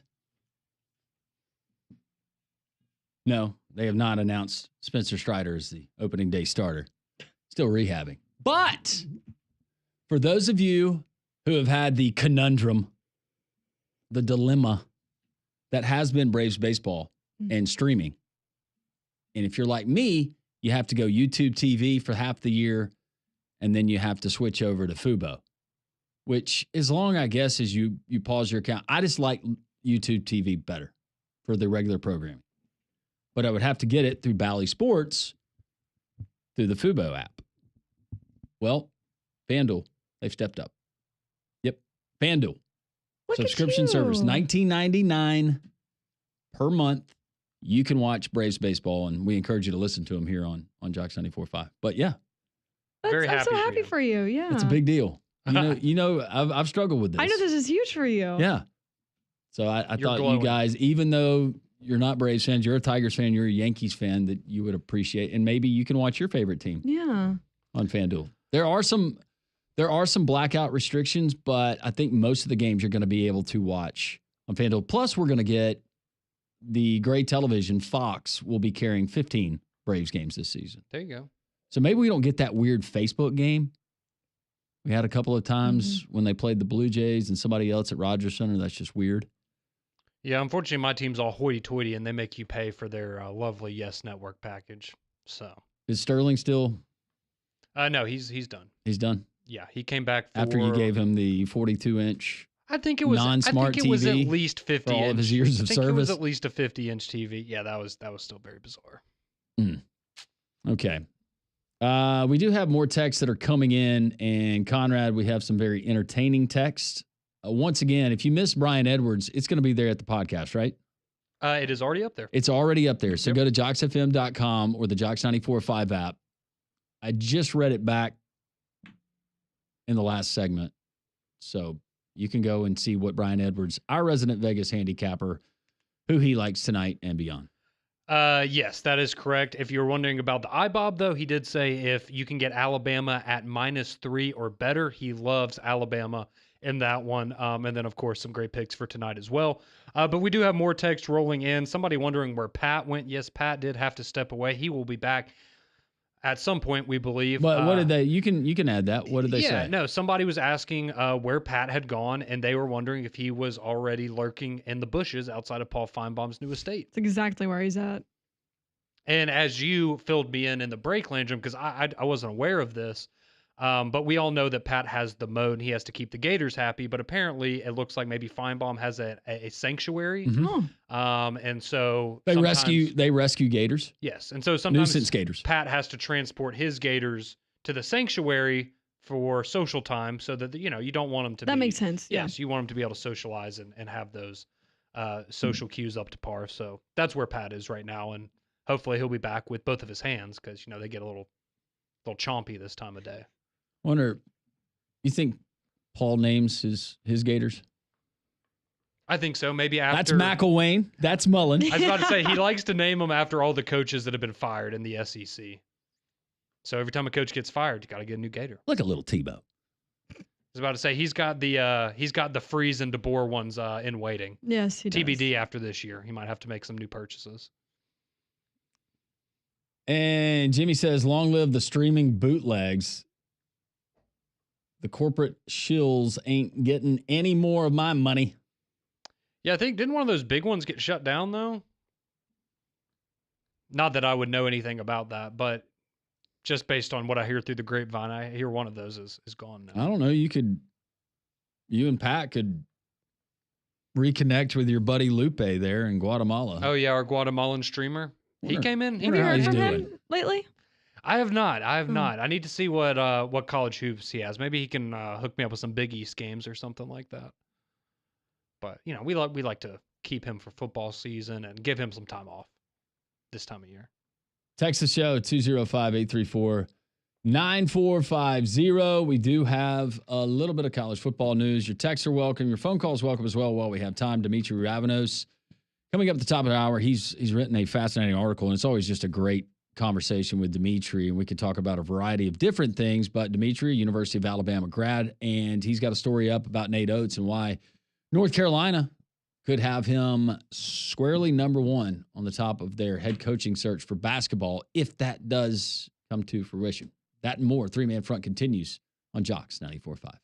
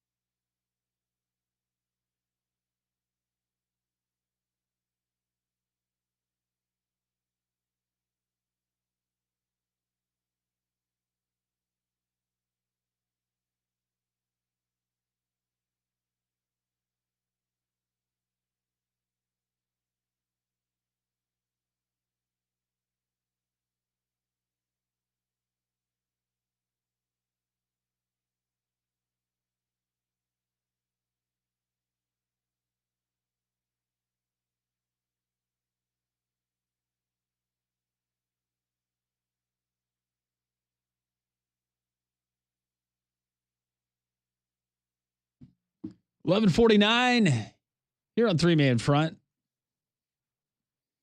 Dimitri Ravenos at the top of the hour. Can't wait to talk to Dimitri. Once again, he has penned a story about the University of North Carolina and potentially having one name on their head coaching list for basketball if Hubert Davis is run at the end of the season. And that would be Nate Oats. Dimitri, University of Alabama graduate, but he's going to join us. We'll talk about that and a myriad of other things as well.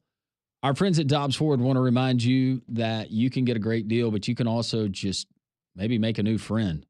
That's how great the people are there at Dobbs Ford. The Goshens, Joey and Rachel Goshen, the managing partners, their son Austin. It's truly a family environment.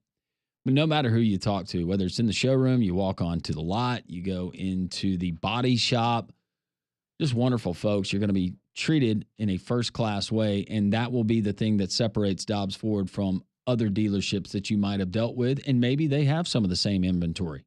That's fine. They'll beat any competitor's price.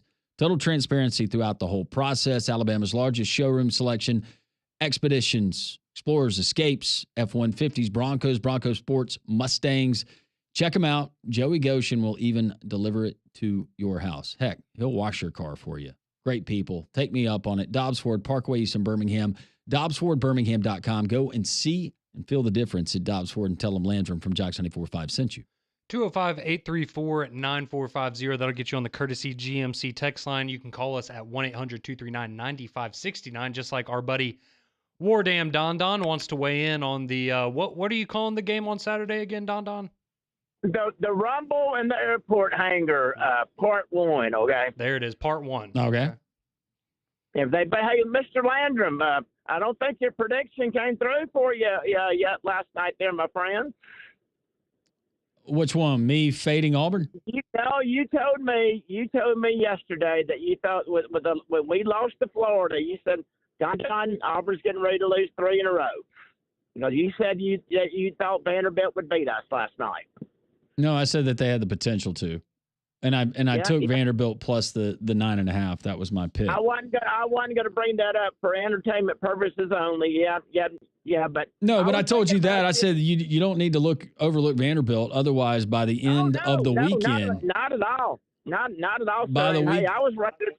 I was right there with you. I'm happy we won, and we did it. We did it as a team. Chaney Johnson probably had his best game that he's had in Auburn uniform. He went on a 10-0 run in the second half by himself. He was really good in that stretch. Yes, he was good all night. Yeah, but Conrad, my Alabama buddies today were texting me and said they were predicting the finish of the game. Said that my good old ex-player Aiden Holloway is going to hit a 3 at the end of the game to break my heart. I would be okay with that. That'll be it. I would be very interested to see how he plays because there's going to be a lot of emotions, obviously the mental aspect of that for him. So it's a big opportunity, but we'll see how it goes.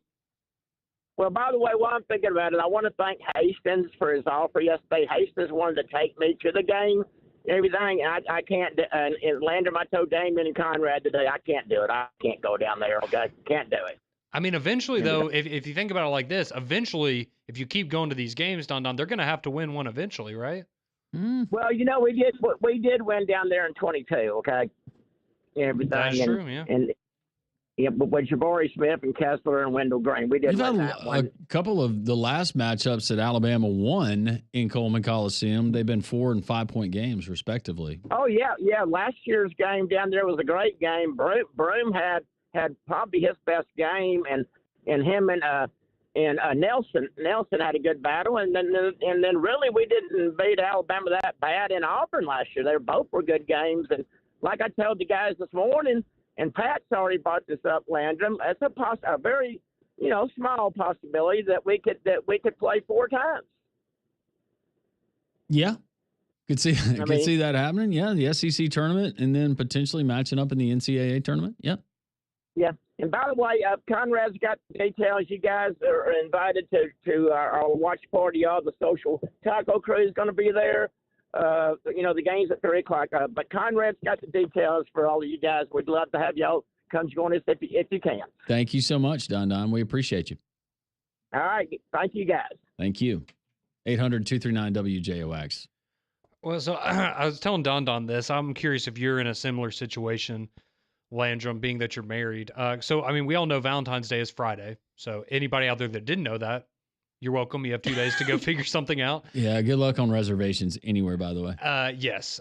So Valentine's Day is on Friday. So Paige and I are celebrating on Saturday, and our dinner reservation is at 5:00. Okay, so Saturday. Okay. So that's the day. Hey, couldn't do it. Let's do it on Saturday. Yep. I might surprise my wife and tell her when she gets home tonight. Hey. Early Valentine's Day. Surprise. Yeah, because that's I just wanted to throw that out there because that is a situation I think a lot of people might find themselves in with the game tipping at 3:00. Just keep that in mind if you're doing your Valentine's Day stuff on Saturday, because I'd imagine a lot of people probably doing it on Saturday or Sunday. Maybe I'd tell her I didn't want to go cliche. Because are y'all just doing dinner? I don't know. Oh. That's You how need to well I figure that planned. out. Well, It's Wednesday. I waited too long. Yep. I did reach out to our friend, but I don't want to put him on the spot. And I said, look, I realize I've waited too late again. Mm-hmm. But if there's any way you could set us up on a card table in a closet, that would be fine, just as long as I have a reservation. But I understand if you can't. And this is a big ask. And I've not heard back. So I made that mistake a couple of years ago where there was one restaurant that Paige really wanted to go to, and by the time I remembered to make a reservation, they were booked up, so we had to go somewhere else. And it was still ridiculous. fine, but it was more of the disappointment. even some of the restaurants, y'all, that I went through and they're like trendy or this is a new one and I look at the menu and I have no interest in going to that restaurant, but I was willing to make a reservation and go and eat there just so. But maybe I tell her, look, let's do something different this year. Let's go and hit the food trucks. Or you can cook. You can cook something. You're a great You're cook. a really good cook. Yeah, but there's a whole nother deal there. I'll tell you guys off the air without getting into it. That's not an option. Food trucks it is. If you'd like to host me and my wife. I'll be spending mine with my dog and my cats. Your cats? Yeah, in Huntsville. Oh, you got cats? I'm cat sitting. Oh, you're cat sitting. Yeah, for my parents. Does Shathid know? Yeah, he's up there every week with them. They live together. We need to get harmony. Conrad and Shathid together. He's a sweet boy. They both like to pee in the shower.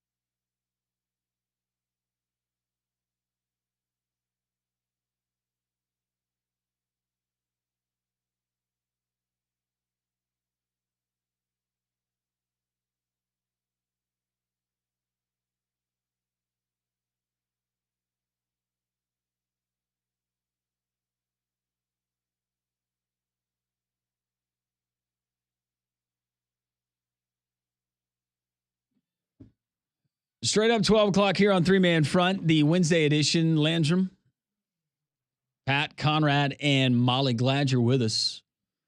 Busy show so far. Brian Edwards, our Vegas handicapper in the 10 o'clock hour. Chris Stewart, voice of the Alabama Crimson Tide, fresh off a 23-point win in Austin, Texas last night, getting ready for the IBOB. All of that found at JocksFM.com, the Jocks 94.5 app. You can go to the Three Man Front Daily podcast. You can also watch us on YouTube. We appreciate our friends in Montgomery, the capital city here in the state of Alabama. Listening on Jocks 740 and also on the UMP in Huntsville and the surrounding area. You can take us wherever you go with the app, and we always appreciate that as well. Dimitri Ravenos is going to be joining us momentarily, our buddy, and he's got ties to this state. He graduated from the University of Alabama, which he lays out in his story, and we will share that there at Barrett Sports Media. But Nate Oats, and this is something that came up on the show yesterday, and Pat and I were perusing, and the heat is starting to get turned up on North Carolina head coach Hubert Davis. He's one of their own. He's one of their favorite sons. He's making roughly $2.5–3 million a year, but they are not performing. The ACC pretty much as a whole is not performing this year, but Hubert Davis, after taking his team to a Final Four in his first year, he got to a tournament last year, but this year does not look like the Tar Heels are tournament bound, given, or I guess you could say maybe they make a run in the ACC tournament. I guess this year of all years, maybe it happens, but don't see it with this Carolina team. And Dimitri Ravenos joining us now on Three Man Front and on the Buyers Right hotline. Dimitri, how are you? I'm good, Landrum. How are you, buddy? Doing great, my friend. So you're married. You have a lovely wife, which you have referenced here on the show. I've got a Valentine's dilemma. I won't go into it. I'm a very poor planner when it comes to these things like Valentine's. I try to justify it by saying that Valentine's is overblown, and I love you every day of the year. But we know that women like the little things. Do you have an elaborate plan for you and your significant other on Friday night? So no, because here is how, I had the foresight long ago on this. My anniversary is 2 weeks after Valentine's Day. Clutch. So I can really save on one because the other is the big show. And this year is anniversary number 20. Ooh. So I just straight up asked my wife for Valentine's Day, just tell me what to get you. And it flies. It's great. Well, and that worked at Christmas, and I felt like I really overperformed at Christmas. Sure. Oh, see, that's where your problem is. You've set expectations too high. I have set expectations not only for next Christmas, but now every holiday. And my anniversary is not until June. So I don't have the hey, in 2 weeks we're going to do it up and we're going to do it big. We want to get into something you wrote because Pat and I were discussing this on the show yesterday, and Nate Oats, we know that his name has come up as Kentucky certainly made no bones about it. Nate Oats was at the top of their list, but you've got a story up and always very well written and so much insight and so much thought that you put in to these, but you make it clear you're a University of Alabama grad, but you also understand not only the history, the following, what it is with the Alabama basketball program as far as fandom compared to football, but comparing that to North Carolina, let's just start at the genesis of this article. And I think I know what you're going to say, but what inspired you to write this latest piece that you have there at Barrett Sports Media?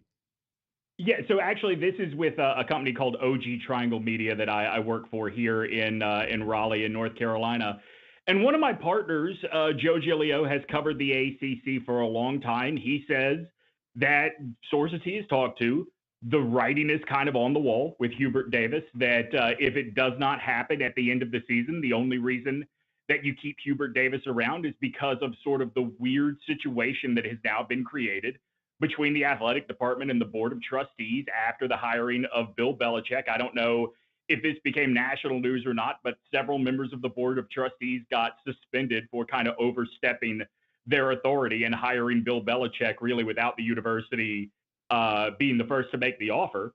And, my partner says that if this happens, they are going to go all in on Nate Oats. They would probably also be eager to be all in on Brad Stevens, but there's no sign with Stevens that he would want to come back to college the way there is with Oats. Like, that's where Nate Oats thrives. And look, I think that this is relatable for Alabama football fans. I've lived in North Carolina now for 20 years. North Carolina basketball fans believe in their heart of hearts that if they want you there is nothing any other school can do. And the thing that is interesting about that, Landrum, is they've never really had to put that to the test. I mean, think about it. Going back to Dean Smith, every single Carolina basketball coach has been a Carolina guy. And there is not a Carolina guy out there right now that can do for this program what it thinks it deserves to have done. And so if they want Nate Oats, I think they are prepared to break off an amount of money that, not that Alabama can't match, but when you have the lever to pull of the Air Jordan brand, that's something no other school in the country can do. No doubt. Dimitri Ravanos joining us here on Three Man Front and joining us on the Buyers Right hotline. It's always been in the beauty is in the eye of the beholder. When we're talking about the best jobs, whether it's college football, whether it's basketball, in this case, basketball, but it's changed and it's a variety of different factors. And I'd love to get your thoughts on this. For some, and for me, it would be quality of life, good salary, facilities, fan support, recruiting base, all of that. But now with the transfer portal and NIL, that's kind of leveled the playing field for some of these historic jobs. IU basketball, they have had historic success. They have won championships, but that job is not what it used to be. Where is North Carolina, and your thoughts on what I just kind of laid out and how the landscape has changed in how people revere these jobs? Yeah, well, let me answer that by sort of also giving you some insight into what the problem has been with Hubert Davis, because as a Tar Heel, he is beloved. As a basketball coach, not so much, right? And a great example of that is after the Duke loss, where at one point they were down 40-13 in that game. He was asked what the program needed to do to modernize, and he said that he would like to be able to hire a general manager to manage the roster, and he would like to hire somebody just in charge of breaking down video on opponents. And I bring that up because the answer to that is like it's damning to Hubert Davis. The UNC women already have both of those things. It's not a matter of they are not available to Hubert. It is that he has not thought to ask for them until now. I think what I want if I am a basketball coach, because college basketball, maybe even more than football, to your point, it's a year-to-year proposition now, right? North Carolina, if you are a guy with a young family, it's a great place to raise a family. It is a historic brand that will pour money. I mean, it does not matter that the football coach is Bill Belichick right now. He is always going to be playing second fiddle to that basketball program. So that is something that I would want. And I would want something to sell that no one else has. And whether it is the 6 national championships or Michael Jordan, really just a long list of guys that have come through here and been the best player in the country, or in Jordan's case, been the best player in the country and then gone on to be the most iconic name in American sports. If you're looking for advantage in a world where everything is about money, to be at a school like that, who, by the way, also has a ton of money, is pretty good. So, Dimitri, and Landrum brought this up at the beginning, but last year you had the situation with Kentucky and maybe some potential flirtations there between them and Nate Oats, or at least making it known that the Nate Oats is a guy that they would have liked to have a conversation with. Do you view the North Carolina job as better than the Kentucky job? Because I guess I look at the situation of, okay, if you're Nate Oats, you went to the Final Four last year. That was a big moment. You could have, we assume, had the Kentucky job if you wanted it. So why would you turn down the Kentucky job last year to take the UNC job this year, I guess would be my question. Yeah, I mean, it's a good question. I think that maybe, Conrad, what it comes down to is, would Alabama pony up twice to keep him from looking at other jobs? But look, I'm biased, right? But to me, the great differentiator is, do you want to live in Chapel Hill, North Carolina, or Lexington, Kentucky? To me, it's a no-brainer. And I say that, by the way, as somebody that doesn't particularly like Chapel Hill, North Carolina. I mean, I think the intangibles are just so much better at UNC. But you get to call it Chapel Bill. Yeah, well, I mean, I don't know if the basketball program is going to do that. See, that's another thing. Like, everybody's calling it Chapel Bill now. How do you think that makes Hubert Davis feel? It's a good point. Probably doesn't love it. No, just wait until they get Chapel Nate. That doesn't have the same ring to it, dude, either. Doesn't quite have the same ring to it, no. No, it doesn't. All right, so you lay out in the article why should North Carolina just assume that Nate Oats would be jumping at this job? And the more I think about it, Nate Oats, you made a Final Four last year. You said that a new Coliseum is not important to you. Just keep the NIL money coming. Right now, you're slated as being one of the number one seeds. You can make another Final Four run, potentially win a national championship. You're playing in the SEC. Media rights deal for the SEC, much better than what you have in the ACC in their current deal. I don't know. The expectations, they're still going to be there at North Carolina. I'm not trying to dumb down the Alabama job. There's been some great coaches, and they've had a lot of success in the past. But I don't see too many pros for a guy like Nate Oats unless it was just a childhood dream and he dreamed of pacing the sideline there in the Dean Dome. Why would North Carolina be more intriguing to him? I mean, I think you and I, look, all of us here and probably a bunch of people listening have had the opportunity to either interact with Nate personally or see him in a more relaxed sort of setting. Like, the dude's got an ego, right? And I think that, and I don't say that as a shot at the man. Like, you should have an ego if you're the coach of a Power Four program in either men's and women's basketball or football. But I think that at some point there is probably a draw to want to be the program that gets all of the attention and all of the resources. And, you know, look, I fully, before I say this, I acknowledge that I have not lived in Alabama in a long time. I went to school during the Mark Gottfried era, so obviously a very different level of expectation with Bama basketball. I have always believed, talking to the people that I grew up with and went to school with, that there is this belief at Alabama where the basketball coach doesn't have to be good, but he better not be bad, right? And I think there's very little payoff to that if you are a guy that thinks you can accomplish what Nate Oats thinks he can accomplish. Like, I think that very similar to Billy Donovan at Florida, while he was there anyway, Nate could win a national championship at Alabama, and there is going to be a very large portion of Alabama fans think of that as nice. And it's always going to be second fiddle to, well, hang on, but we only won 9 games in football this year. So, all right, Dimitri, I feel like this gets brought up anytime something with Nate Oats and, is he going to go to this school? Would he go to the NBA? Something like that. This gets brought up, and that is a new basketball arena. Do you view a new basketball arena for Alabama? And we know it's gone back and forth with different plans. I know this was a big topic last year. It seems like they're kind of just making some renovations to the practice facility is what they focused on. Is that the ultimate trump card for Alabama? Do you view that as, all right, North Carolina comes in, they make a great offer, and Alabama finally bends the knee and says, all right, we'll build you that new arena? Do you think that is a big factor in any potential negotiation with Nate Oats?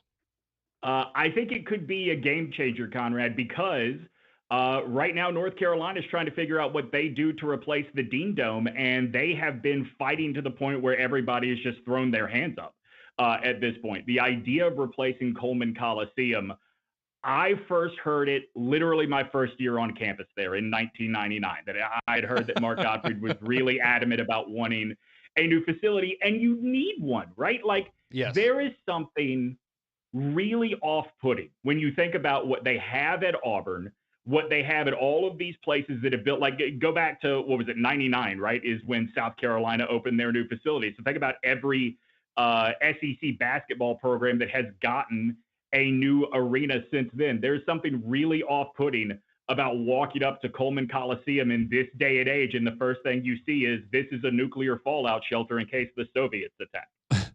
Well, and it's interesting you brought that up about the other facilities, especially in the SEC. I remember Barnhill Arena in Fayetteville, and that was a hot box, and that was a tough place to play against those Nolan Richardson teams. But it is amazing that Bud Walton Arena opened in the early 90s. Yeah.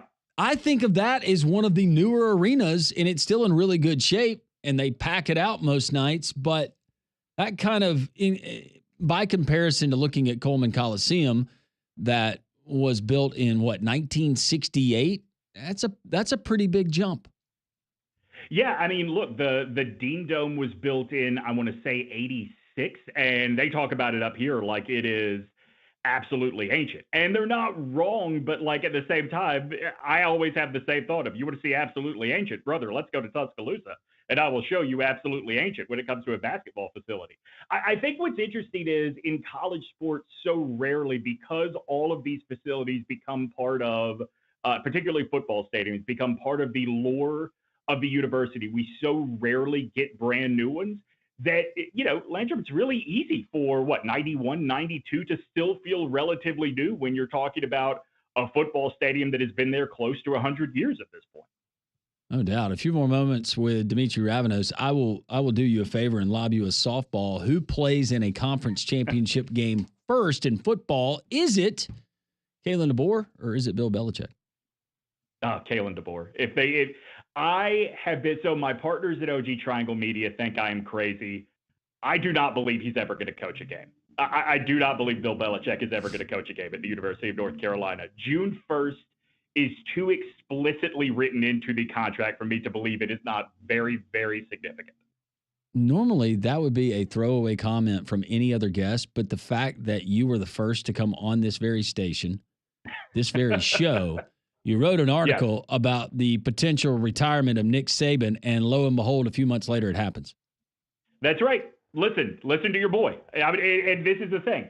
I don't have any sources on any of these things. I'm just really good at reading tea leaves. We got spring football coming up. Are you doing the bubble bath? For those of you who don't know, the college football bubble bath with Dimitri is fascinating and very, very clever. All the stuff he does is very clever. Is that coming soon? Landrum, let me ask you, do you appreciate that I tag you on TikTok every time I put one up? I do. I really do. And Landrum watches him when he draws his own bubble bath. Yeah, good. You should. It helps him relate to your mentality. Yeah. Some people use a candle, need a good glass of wine. Not me.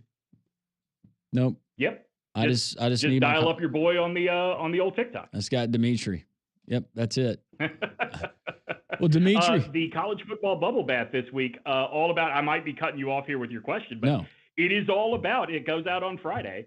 It's all about where does Ty Simpson actually stand now, considering that his two coaches have handpicked each of the other two quarterbacks on the depth chart at some point or another to be their quarterback.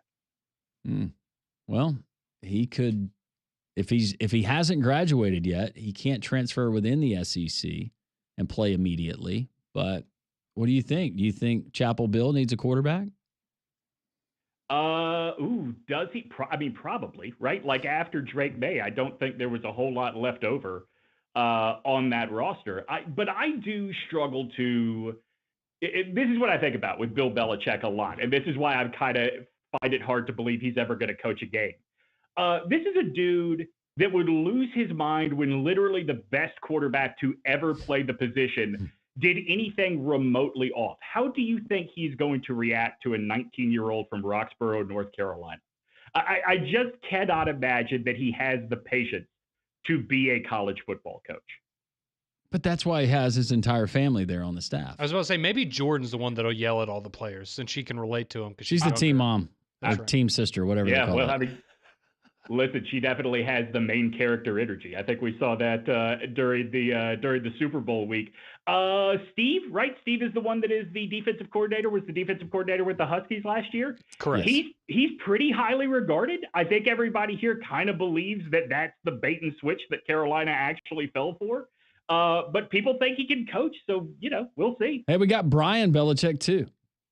So I think it's sort of like discovering that there's a Clyde Bowden or whatever the other Bowden brothers' name is that you forget about until suddenly hey, you're coaching running backs now. I think his daughter, she coaches at a school. I can't name the school. She coaches a sport. I should probably know that. Belichick's daughter? Yeah. Yep. Wasn't she also in MMA for a little while? As a fighter? Yeah, at the very least, training pretty seriously. Although I will say this, as I say that, it is very possible I'm thinking about Star Wars creator George Lucas. She is the women's lacrosse coach at Holy Cross. Well, I'm looking at this right here. I'm not trying to be disparaging, but maybe she did some MMA. Yes, yeah. Back in the day. Mm-hmm. I wouldn't mess with her. I see it. Yeah. I mean, look, again, not to be disparaging, but if 50% of your genes come from Bill Belichick, you can only be so attractive. Mark that one right there. Beautiful. Beautiful. That is what you're going to get in the bubble bath and so much more from our friend Dimitri Ravenous. Dimitri, always a great visit. Happy early anniversary. You and your wife have fun, and hopefully I'll figure some stuff out. You text me if you come up with any ideas to bail me out. Listen, what does your wife do for a living? She is in media. She's actually in television. Nuts. My wife is in medicine, and so it's pretty easy, right? Like, what do you need to do? Scrubs, pants, or tops? Just tell me. And that takes care of it all the time. So maybe that's what you do. You need a brooch? You need something that's going to show up on camera? Just tell me, honey. You should get her some scrubs, Landrum. I think she'd love it. I like a scrubs. Yeah, incredibly comfortable. Why are you giving the me professional? Why did you give me a stethoscope? Oh, that's for later. All right.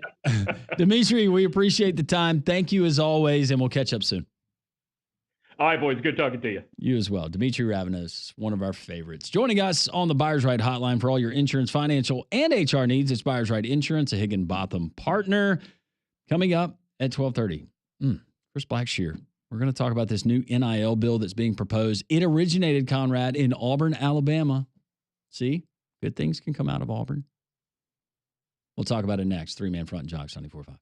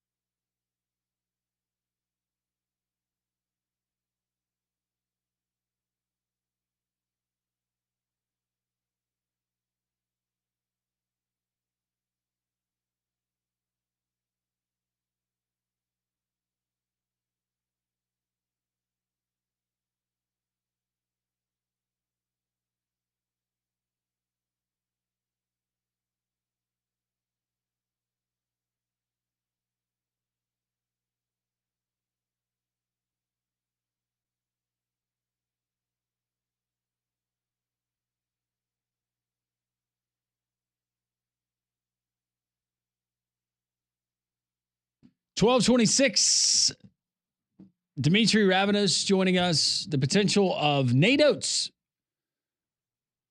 leaving Tuscaloosa if North Carolina does decide to get rid of Hubert Davis at season's end. By season's end, all of that is available there at the Three Man Front podcast at jocksfm.com. Do want to pass along a little bit of college football news. Scott Cochran, former Alabama strength and conditioning, former Georgia assistant, had some personal battles. Good to see that Scott is back on track. In case you missed it, he is the new head coach at the University of West Alabama. He has named a former Alabama defensive player and also former NFL player in Damian Square as his new defensive line coach. So putting together and assembling the staff there in Livingston. Very nice, very nice. Well, Wallace State basketball moved into first place in the ACCC with their win over Gadsden on Monday night, and the Wallace women's team also defeated Gadsden State in a doubleheader. Now they both travel to Shelton for a men's-women's doubleheader tomorrow. For more information on the Wallace State Lions, you can go visit them online at athletics.wallacestate.edu. And you mentioned the college football news. There's also some news coming out of Ohio State, where they lost their defensive coordinator, Jim Knowles, to Penn State. So they've been looking for a replacement. Seems like that was maybe a factor in the DJ Durkin pay raise, as there were some flirtations there. But as we now know, Molly's favorite former Detroit Lions head coach will be taking over for the Buckeyes as Matt Patricia. A deal is being finalized between Ohio State to make Matt Patricia the former Lions head coach and longtime Patriots defensive coordinator. He's got that trademark look. Their new DC. He does. Just rolled out of bed, slept in my clothes. Always has that pencil behind his ear. Hopefully this is for Ohio State, at least. Hopefully this is similar or closer to what he did in New England than what he did in Detroit, because I know, Molly, that was a very tough We try to tenure. forget about it. Yeah, that was rough, but had a great time, a lot of great success there in the Tom Brady era as the DC for the Patriots. Auburn gets the win last night in basketball in Nashville over Vanderbilt, 80-68. Alabama, meanwhile, impressive win, 17 threes they knocked down. They did turn it over 17 times, but they win comfortably in Austin, Texas over the Texas Longhorns last night, 103-80. That sets up the big matchup at Coleman Coliseum, 3 o'clock on Saturday. Chris Stewart joining us, the voice of the Tide, earlier today. You can find that as well on the podcast. Unfortunately for UAB, they traveled to North Carolina. They lose to East Carolina. Had a 12-point lead in the second half, but East Carolina, they stormed back, had some pretty big runs and some spurts where UAB could not find the basket, failed to get stops.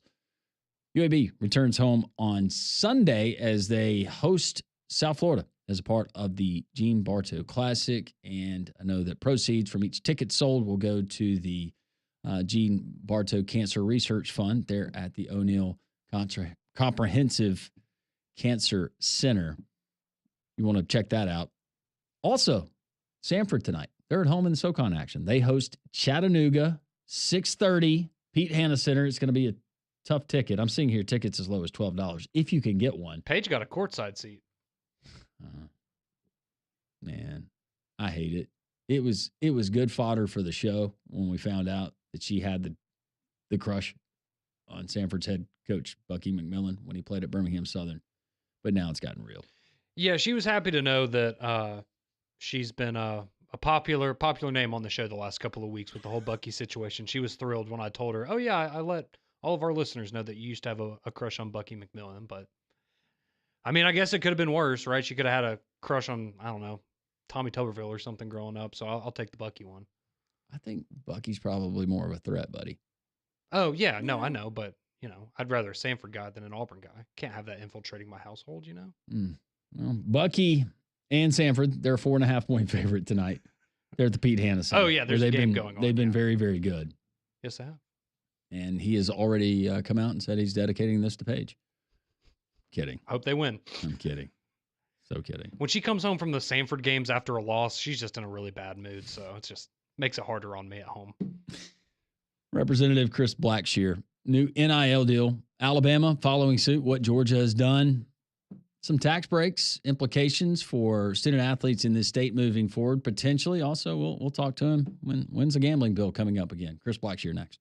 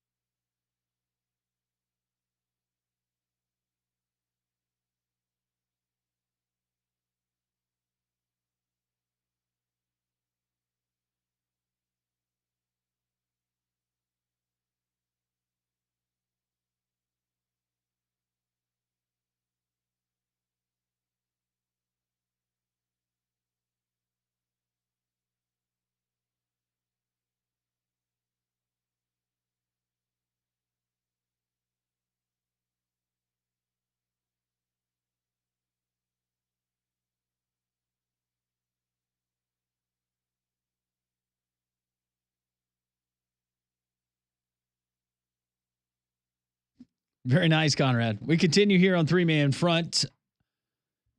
Representative Chris Blackshear, our friend who has joined us on a multitude of topics on this show, namely gambling, but joining us now to talk about a NIL tax cut act that has been introduced is HB 240, and Chris joins us on the Buyer's Right Hotline. Chris, how are you on this Wednesday? Hey guys, happy Wednesday. How y'all been? Oh, happy Wednesday. We're doing great, man. We're just trying to sort all this out. We kind of got on a soapbox last week when the news came out in the press release from the state of Georgia. And Pat and I think that folks that work really, really hard and are blue collar folks, they're not enjoying these state income tax benefits that student athletes in the state of Georgia will be enjoying. And we kind of, I don't know, we kind of get off my lawn about it. This is being introduced in the state of Alabama. I know that you are a part of this, and I say part of that tongue in cheek, Chris, but why is this important? Explain to our listeners this bill, what's being introduced, and potentially the impact it could have on college athletics in the state. Well, first off, it's glad to be back on, and we're not talking about gaming. Gambling. Well, that's the last thing we're going to talk to you about. The last thing we're going to hit you up about.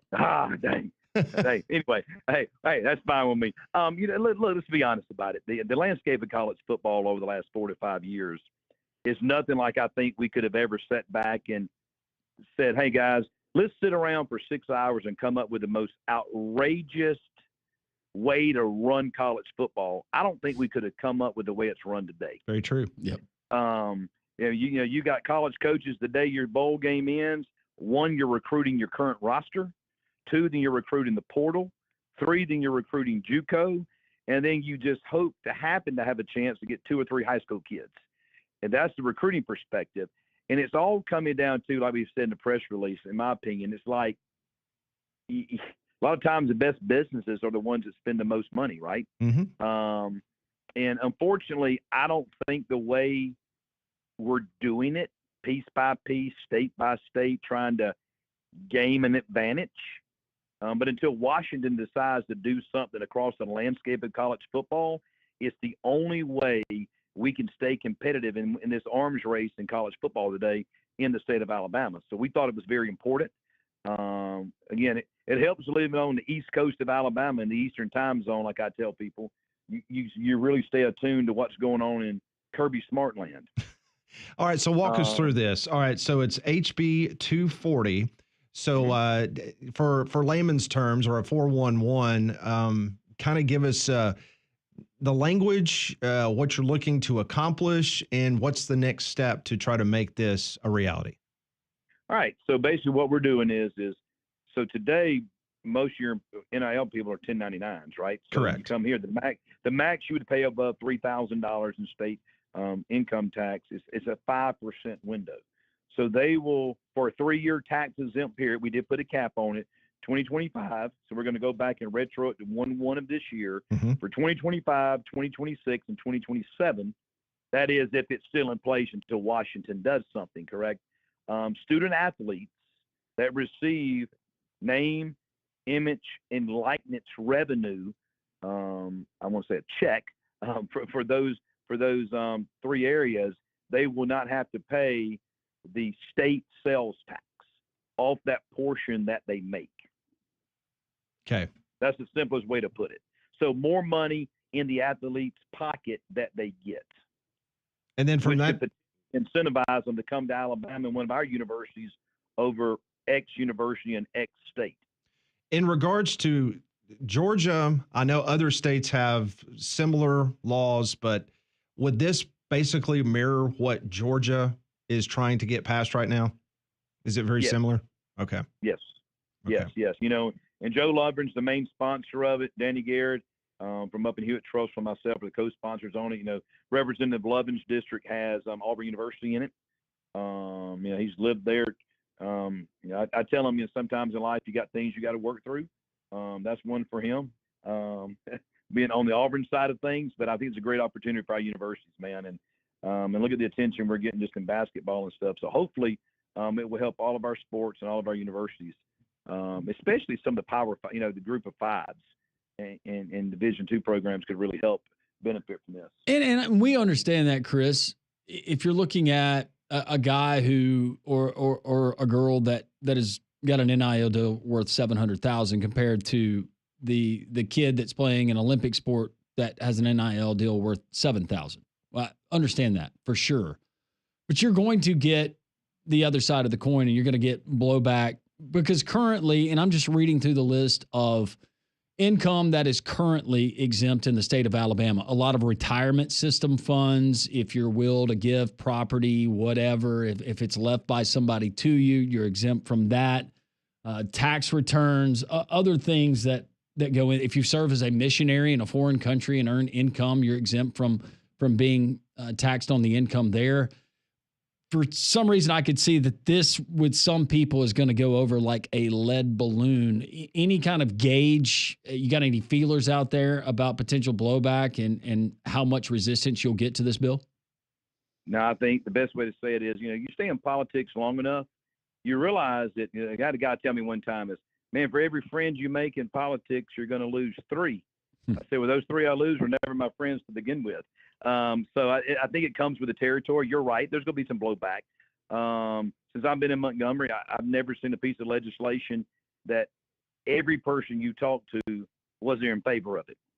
So I think it just comes with, again, sometimes you want to do it what benefits the student athletes in this particular area. But I think one thing hopefully we all could agree on, whether you're for or against NIL, it is a major issue that's only getting bigger. The monster is growing, and it needs to be reeled in some. So maybe the more the states do when they're one off, maybe it puts a little more pressure on Washington to cap it and address it and then take us out of it at the state level of consistently had to keep up with what our brothers and sisters next door are doing. Okay, I know you're short on time, so I just want to ask you this. In regards to the next step for this bill to become an official piece of legislation that it becomes law in the state of Alabama, how quickly can this be done? Is there enough support to get it done? Well, I think we'll have support in it. It was just introduced yesterday. Hopefully we'll have it in committee next week. Okay. Get the House floor. Once we do that, we'll have to send it up to the Senate, and it will go straight through the same process in the Senate, and, they control their own timelines up there. So we got till middle of May to get it done. So worst case scenario, I can tell you guys by May 20th, we'll know if it passed or if it didn't. All right, we promised we'd ask you, when's the next piece of gambling legislation? When are we going to see that in Montgomery? What's the line on that? Exactly. I was going to ask you that next. Do we have a line on that? It's minus 3 years. Minus 3 years, my God. Look, if anything in the past, I'm definitely taking the over. Kind of where we are, the Speaker Ledbetter has been really vocal to the Senate in a way of, look, the House did their job last year twice. 2 times we passed a piece of legislation of a comprehensive bill that's never been done in the history of Alabama in the House of Representatives. The ball's in the Senate's court. We've not been engaged in any conversations in the off season, nor have we been brought in any conversations, which we showed back up here in Montgomery last week. So I'm kind of got that wait and see approach. If they've got the votes to get it passed, then if it comes down to the House, we'll evaluate where we are, and if it's something we think we can get across the finish line and ultimately let the citizens of Alabama vote on, which since the last time we all talked about this topic, the number in the polling that the people that whether they're for or against it want to vote on it is now 80+%. The numbers continue to grow. So, amazing. If you're ever going to do it, guys, you got to think next year's an election year. Every statewide office, every Senate seat, every legislative House seats on the ballot next year, you won't get it in an election year. Let's just call it what it is. So it's either this year or I can't tell you when it would be. So we'll just continue to keep our fingers crossed. Well, we're not blaming you or the folks there in the House. We know where the blame. You did your job. Yeah, you did your job. I appreciate it. Hey, right quick, while I've got you. You just made some more friends. Auburn, Alabama this weekend. Y'all, hey, you give me who you got. Auburn, Alabama. I like Bama in a very close one. Maybe inside the number, maybe 2 points. You knew the line to that. Good answer. I like Bama at home. Yep. To cover? Well, yeah. I think it's under 5. Okay. There you go. 2 possession Hey, game there, Chris. Yeah, and sit back and enjoy it, man. It's just two great basketball teams. They play the way you're supposed to play, and I think who was it? Jay Billis said it best, right? It's going to be more difficult to win the SEC championship than it's going to be to win the national title. Here's the litmus test. Are you going to be in attendance? No. Okay. That's surprising. I don't know the right people, man. I mean, I can't afford one of those tickets. I'm going to if you really you want me to really come clean, what I'm going to be doing? What are you going to be doing?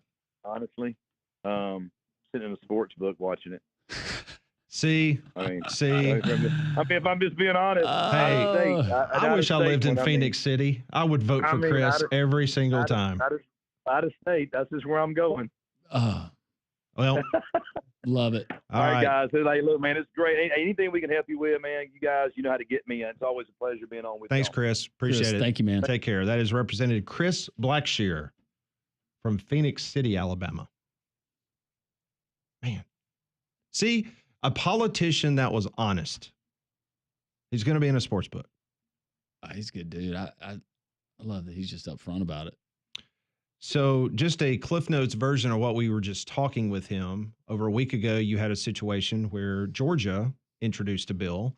And so Alabama did not want to be that far behind when it came to NIL. I don't blame the state because this is going to be a recruiting advantage. Well, sure. And it does come back to, I think, even though we had our arguments against it. I'm still not for it. No. But I understand why they're doing it. Right. There should be some other exemptions if we're going to include this group. Let's include this group and this group. And hey, you know what? I'd love it if I didn't have to pay state income tax. Conrad, you all for it? I know Molly. She's all yeah, for it. 100%. But Pat doesn't care. But we have learned that, there's over $1 billion wagered illegally in the state of Alabama when it comes to gambling. But we make so much money in the state of Alabama that we do not need to collect tax on $1 billion because our roads are perfect and our school systems are outstanding. Absolutely. Yeah. The point, though, that Chris made is, unfortunately, we're having to do it piece by piece, state by state. Hopefully, this will put some pressure on the federal government where we get some uniformity across the country. I agree. One thing that we all can agree on, that Courtesy GMC in Trussville is the place you need to go for your brand new GMC. If you're ready to elevate your driving experience, February is the perfect time to get behind the wheel of a brand new GMC from Courtesy GMC, right off of I-459 exit 32 in Trussville. Enjoy exceptional offers on GMC's latest models and start 2025 in style. How about $10,000 off MSRP on the 2025 GMC Sierra 1500 with the AT4X package?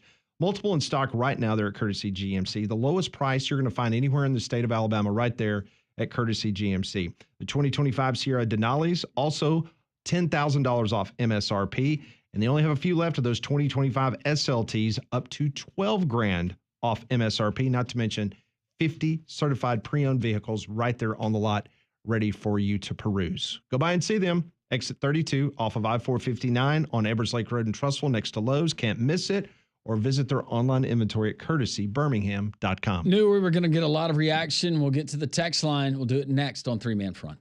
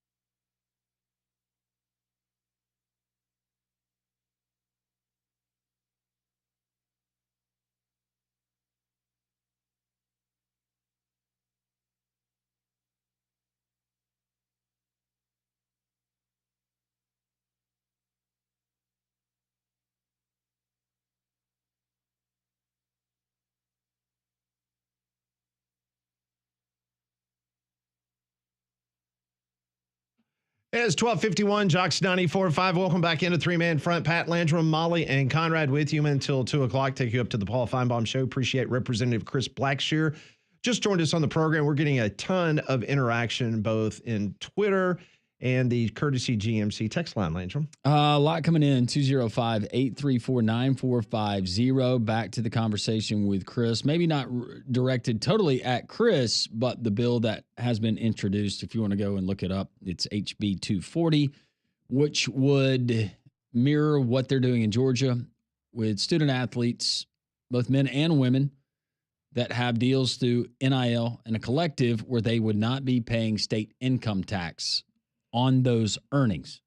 This one reads, it's absolutely ridiculous. At what point do they finally stop pandering to these kids? They already make so much money to play a freaking game. That was close. Now they're going to be not going to be taxed. Why? Cruton. I was about to say, it's real. I mean, we remember when NIL first came about, and it was California and Florida were the first states to make that legal, and then it quickly became a national thing. So yeah, it's just getting out ahead of it. Maybe you have an advantage for a short period of time, and it's going to be universal soon enough. Here's the next one rolling in. What a ridiculous take. Let's do a dumb bill so maybe Washington will step up and fix it. Well, if Washington's not going to do anything, do you just wait, twiddle your thumbs for Washington to do it? Or if Georgia's going to be allowed to do it and they can do it and they have a recruiting advantage and they're recruiting kids out of your state, you're going after the same players. Hey, blame Nick Saban. Maybe Caleb Downs would have gone to Georgia if this was in place a couple of years ago. You never know. You never know. You think Ryan Day's on the phone right now? People in Kirby, Ohio. Kirby, you need an offensive coordinator. No, I'm talking about he's calling folks with the Senate. Oh, absolutely. We got to get one of these bills. Absolutely.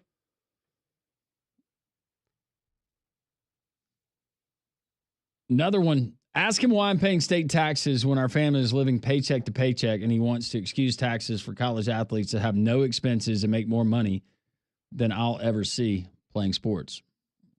That was the angle we came from last week. When you are being selfish. We were being selfish. Well, it's the question you brought up, I think we would all say yes to no income taxes. That'd be great. But when I read off the exemptions here in the state of Alabama, go through the list, which one does not look like the other if this does pass? It's going to be NIL collected for student athletes. Yes. We're talking about serious things here. Retirement system for teachers who have put in a lot of... Oh, yeah. A lot of years. Your mom's a teacher. My mom was a teacher. I was saying, my mom worked in education for over 30 years here. Yeah. Yeah. They don't get paid near enough. No. But they do have a retirement system, and they get some tax breaks there towards the tail end if they live long enough to enjoy them. That's a good point. Unfortunately, yeah. More text coming in on the Valentine's conundrum. To survive holidays, get the wife to make an Amazon wish list and share it with you. Pick a thing or two off the list and you'll be fine. She gets what she wants and you get to relax. Also, you can also use this for periodic surprises throughout the year. Married 10 years and she still likes me. Marry right, give right, be married for life. That was very nice. That's an excellent suggestion. My wife actually did that this past Christmas. So she was like, oh, I can just put all this stuff on Amazon. And it was great because that's how I got her gifts. That's how my mom got her gift. Worked out for everyone. It's a good idea. This one is at you, Conrad. Sorry, buddy. I'm just reading it. Waffle Stomper. Caleb Downs ain't wearing crimson no more, and you know the rest. Okay. He is not. That's true. Very sad. We got more text we'll get to from our irate listeners. Thank you. We appreciate you listening, even if you're irate or happy today. Also, going to dive more into this as I'm just now reading this story, but this is big in NIL. If you remember the Biden administration, they claimed that any NIL agreements between schools and student athletes are akin to financial aid and must therefore be proportionally distributed between male and female athletes under Title IX. Well, the United States Department of Education, the Trump administration today, they have rescinded that. That's correct. So basically saying that NIL does not need to be equal to a male or female athlete. Sorry, soccer team. We'll get more into that next as the House settlement is still trying to be debated, whether the judge will absolutely bless it or not. We'll get into all that next hour. This is Three Man Front.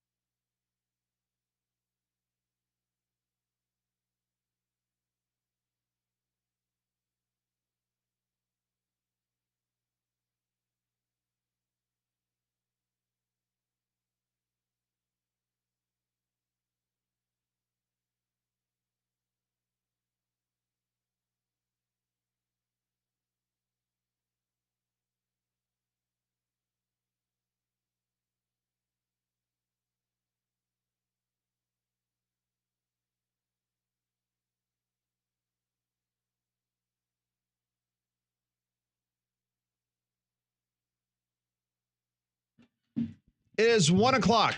Thanks for listening to us up in the Rocket City, the UMP, down the capital city. Jock 740 here in Central Alabama across our vast network that is growing day by day. Day by day. Day by day. I like the other version better. Day by day. There you go. Let love just walk away. You want to turn your mic on? No. Not if I'm singing like that. That was nice. As we ended last hour, I was a story that is just breaking in regards to the Department of Education revokes the guidance on Title IX and athlete pay. The Biden administration, they had basically sent out a note towards the back end of their administration that was trying to give guidance to universities saying that any type of NIL money that is being distributed via the school, I'm not talking about the cooperatives, I'm talking about the school itself, that it must be equal under Title IX. Well, the Trump administration and the Department of Education, they have just rescinded that opinion back when the Biden administration was in office. So with that being said, it is now a situation where once the House settlement comes to a conclusion, then it could be where a university, if you were handing out name, image, and likeness money, you are not required to give the equal amount to a women's sport as you would, say, the men's basketball or men's football team. What's your instant reaction, Pat? Good or bad? It's tough. It's, you know. It will not affect future student athletes like Olivia Dunn? No, it will not. Because she won't be in college anymore? I'm just saying someone No, I know. with her Following. ability, talents. Yes. There will always be exceptions. Yes. This will definitely go to court, just like everything, before they come up with a decision. But once again, just our last guest, Chris Blackshear, talking about NIL, until somebody somewhere lays the foundation for the framework of an organization that can actually monitor this, set forth rules and regulations, whether it's the federal government, whether it's a new NCAA led by Greg Sankey and Tony Petitti, whatever the case may be, then you're going to get just splintered action after action. Not only do you have the lawsuits, but now it's even eligibility. While you were out earlier today, there has been a lawsuit that has been filed in East Tennessee District Court by a former North Carolina baseball player. He wants the Diego Pavia's name is actually listed in the lawsuit and is trying to get a temporary restraining order where he can play a fourth-year Division I baseball, even though technically he exhausted his eligibility when he enrolled in the University of Tampa, a Division II school. Mm-hmm. That's where we're going. Meanwhile, CBS Sports is reporting that the majority of college coaches are considering doing away with all spring games and considering an NFL-style OTAs as a replacement for the spring game. Mm. And if you're not familiar what OTA stands for, that stands for official team activities. I would like to know, and this goes back to a conversation we had a good bit, Pat, during the pandemic and limited number of tickets for people being able to watch games in football stadiums. What kind of economic impact will that have on some of these college towns? The brick and mortars, the mom and pops that are counting on whether it's 8 home games during the regular season, but also A-Day, G-Day. Well, it would have to have some. My opinion is that you have certain Southeastern Conference schools. You obviously, I'm not saying it because she's sitting 2 feet away from me, Nebraska. You have certain places that draw really well. That's right. Like the whole campus, whether, hey, we're going to also have a softball or a baseball game right in the afternoon or whatever the case may be. They tie it all in. Yeah. You build it a whole day of coming. It's like homecoming in the spring, that kind of thing. It will affect that type. But for the majority of places like a Toledo or Washington, what we saw at their spring games. Yeah, Washington draws about like the trainers that are there, and that's about it. Yeah, it's not going to affect those folks. No, not at all. But when you talk about the Deep South and the Southeastern Conference, especially, even the lowest attended spring games, you still draw 15, 20,000 on a bad spring game. Well, and the reality is there's a lot of families that, I mean, let's be honest, that's the time that they can go and be in the stadium. Yeah, they can afford to take their family to that kind of environment, and you're potentially taking that away from them. I know some people, and I know it's the case with Alabama too, but Cam Newton, his 1 year at Auburn, the only time they got to go and see him play was when he threw 8 passes in a spring game. And he had just enrolled in Auburn from Blinn. Didn't get to go, and whether it was affordability or lack thereof or schedule during the regular season, but that was their time to go and watch Cam Newton, a national championship quarterback, and ended up winning a Heisman Trophy. And I'm sure that was a special experience for that family. I was about to say, I wouldn't have been able to annoy all my friends about how great Tua was going to be if I hadn't seen him at that spring game before he got his chance in the national championship. But those are the kinds of moments that, for the diehard fans, like this year for both Alabama and Auburn, there's probably going to be a lot of interest because you want to see the quarterback situation, right? And those are things that we all get excited about. But what is the main reason? And Bill Clark show, you can hear it here, 6 o'clock on Jocks 94.5 every single Thursday. But where's a lot of this stemming from? And it's the transfer portal. And it's not wanting to show your second, potentially third string guy that somebody else can watch and go, you know what? I haven't seen a whole lot schematically. They're running a lot of vanilla stuff, but I think that guy, yeah, he feels a need. We could use him as a second string defensive tackle, or he could be in our 3 deep in the secondary. We need an extra body. He looks pretty good. He got pretty good twitch. Isn't that what the coaches say? Twitch. Got good. Yeah, he can chew gum and walk at the same time. Let's get him. It's just wild to me that we're in a situation where it's more likely that we would get rid of spring games than we would get rid of the spring portal window. Just in the sense of how much power the players have of, we can't mess with their ability to freely move and go and change universities in April. But yeah, let's get rid of spring games. Well, it's because, Conrad, you have to remember, it's not about the spring game benefits the fan, the experience. Mm-hmm. It doesn't necessarily benefit the program or the player. Oh, exactly. Well, if you remember back in 2020 during COVID, most schools adopted the OTA type policy instead of having spring games. But that was because of COVID. Now it's a completely different reason why they're looking to eliminate any type of spring game.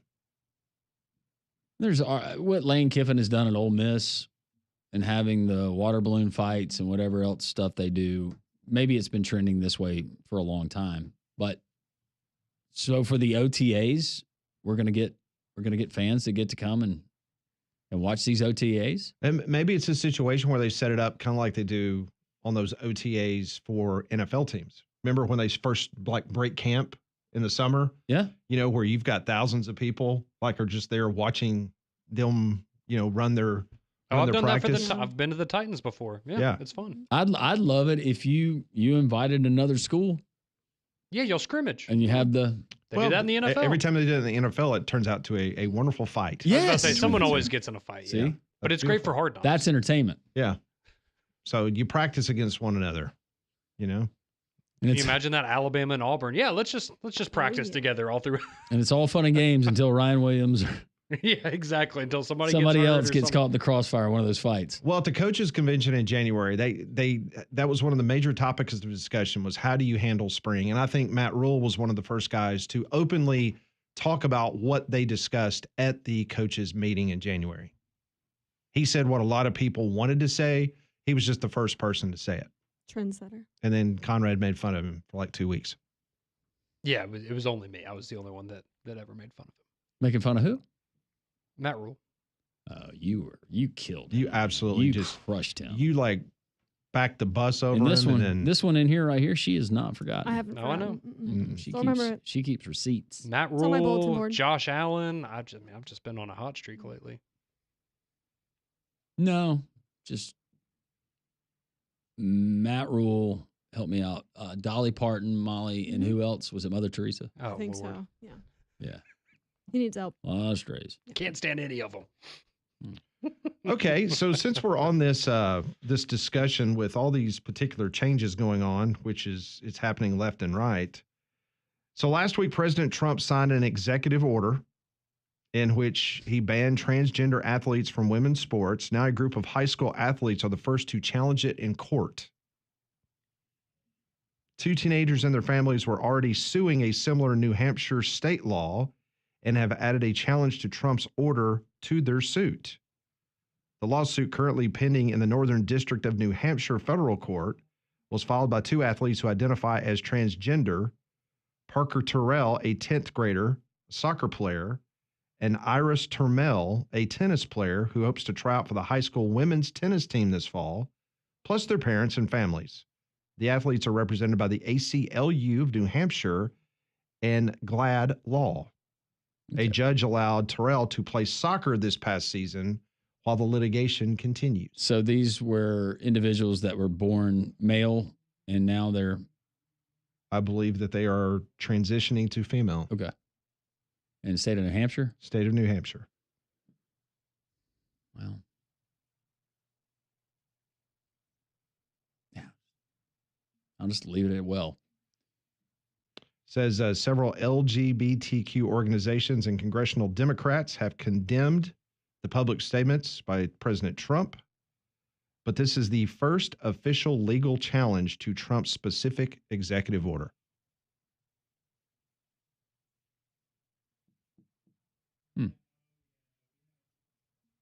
Remember when we just watched sports? Yeah. And we talked about sports? We did. Remember that? Mm-hmm. About what coach should be fired, that kind of stuff. That was fun.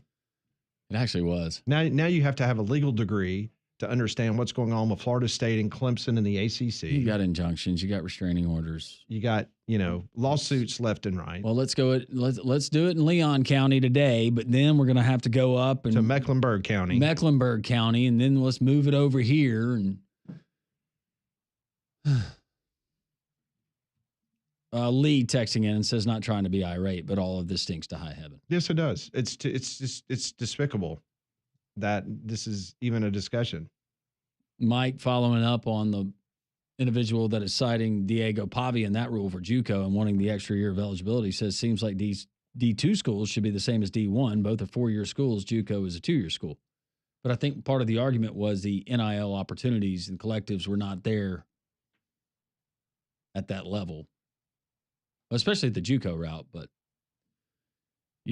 you lay out a good point there, Mike. We appreciate you listening there in the state of Louisiana on the Jocks 94.5 app.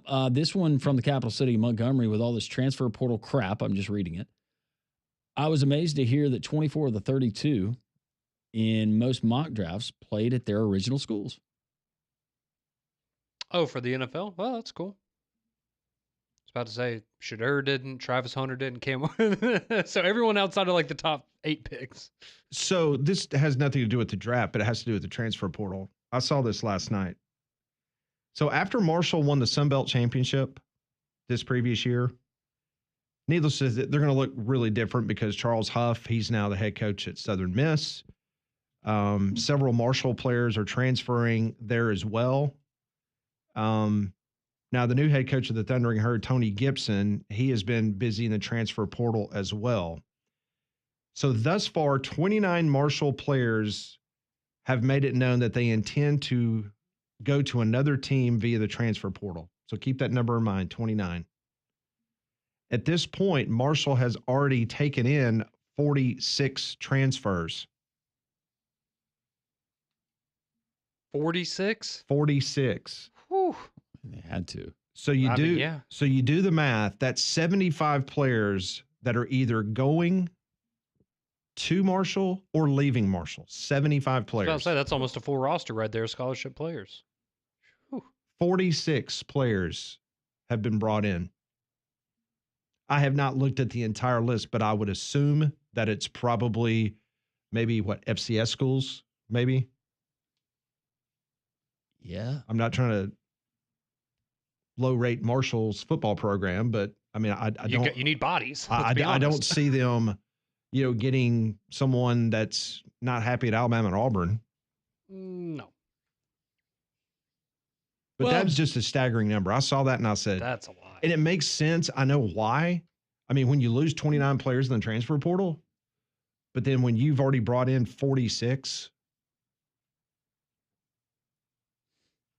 I do not know what their current roster looks like, but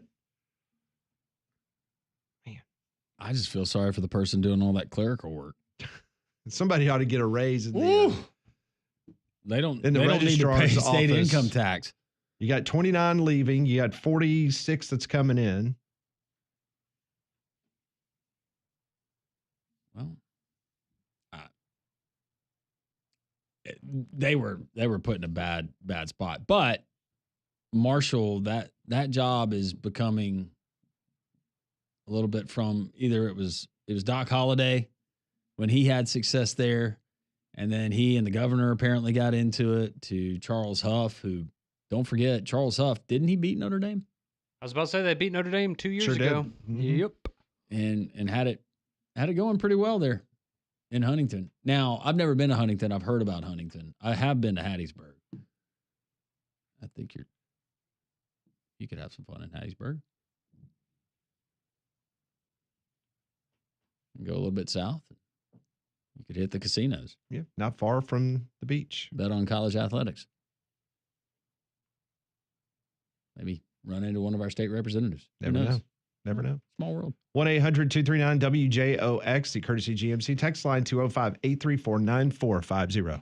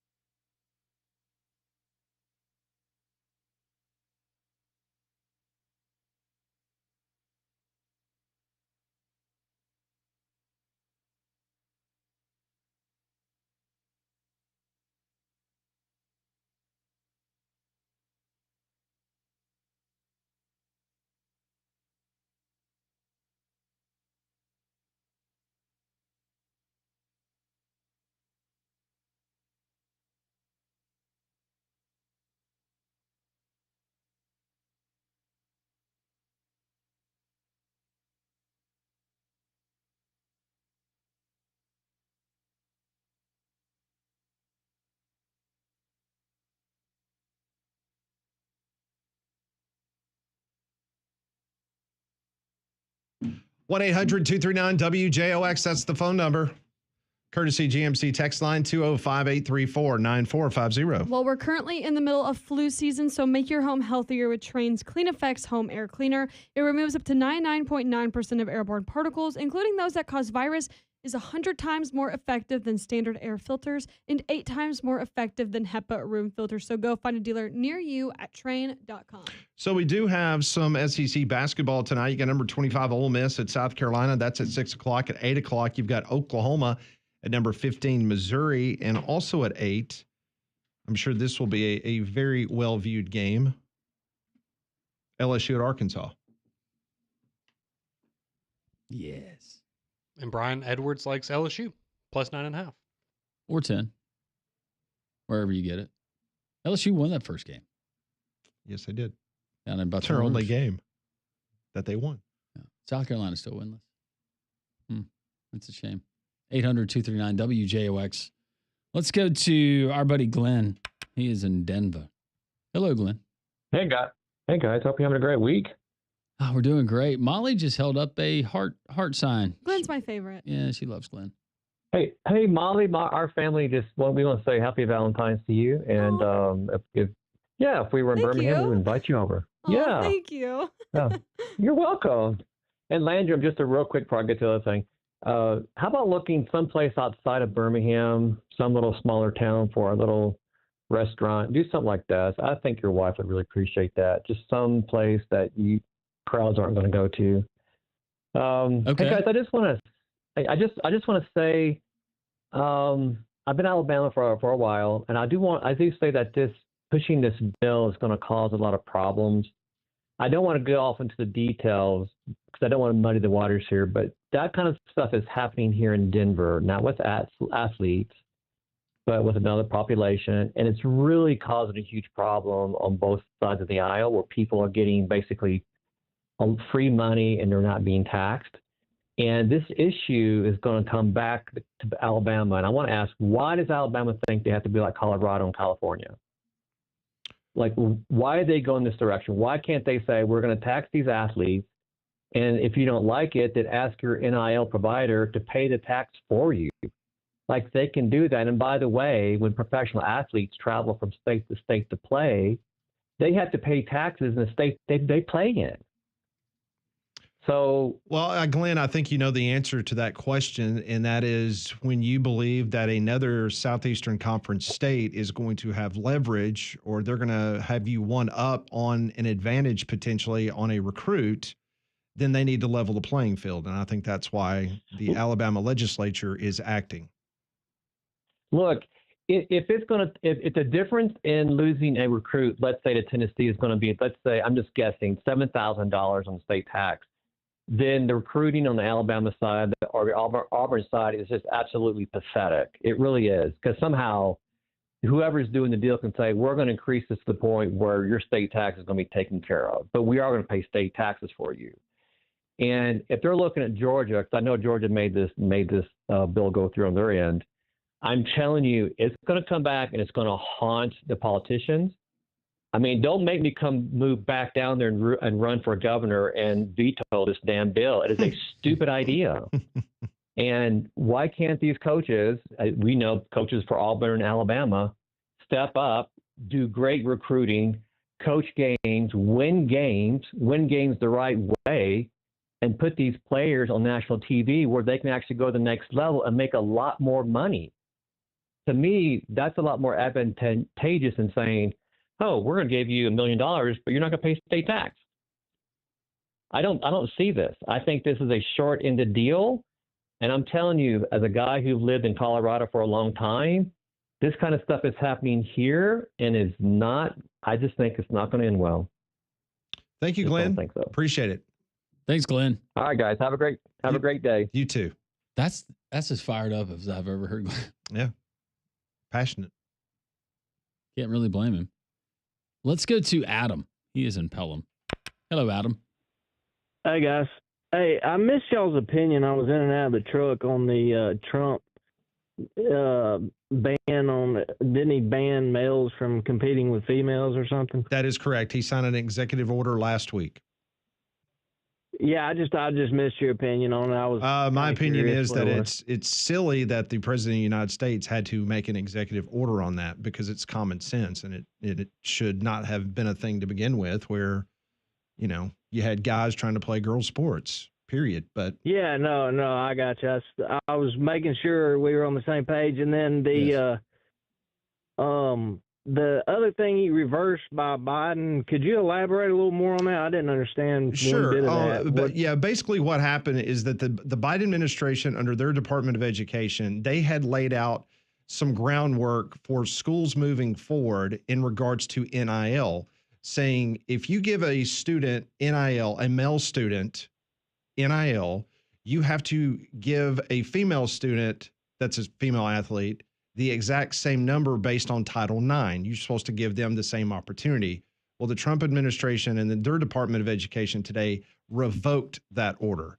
So now basically they're saying that NIL, you do not have to pay a woman the same that you would pay a male.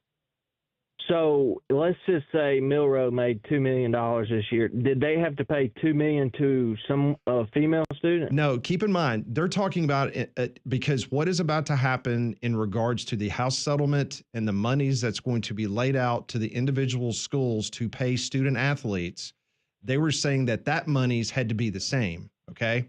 Whereas now cooperatives pay Jalen Milroe $2 million. They're not, they might be affiliated with the school, but they're not officially a part of the school. Does that make sense? Oh, okay. I got you. So, but, yeah, a corporation could come in and still pay whoever correct. $1 million. Right. So right now, what everybody's getting ready for, Adam, is the House settlement, because once the House settlement becomes law, then all of a sudden you can take $20.5 million a year and you can distribute it to student athletes. And when you do that, they're looking for guidance to, okay, does that mean that we can't pay the football team more than the women's softball team? You see what I'm saying? So that's where they're trying to get a little bit of guidance from the new Department of Education.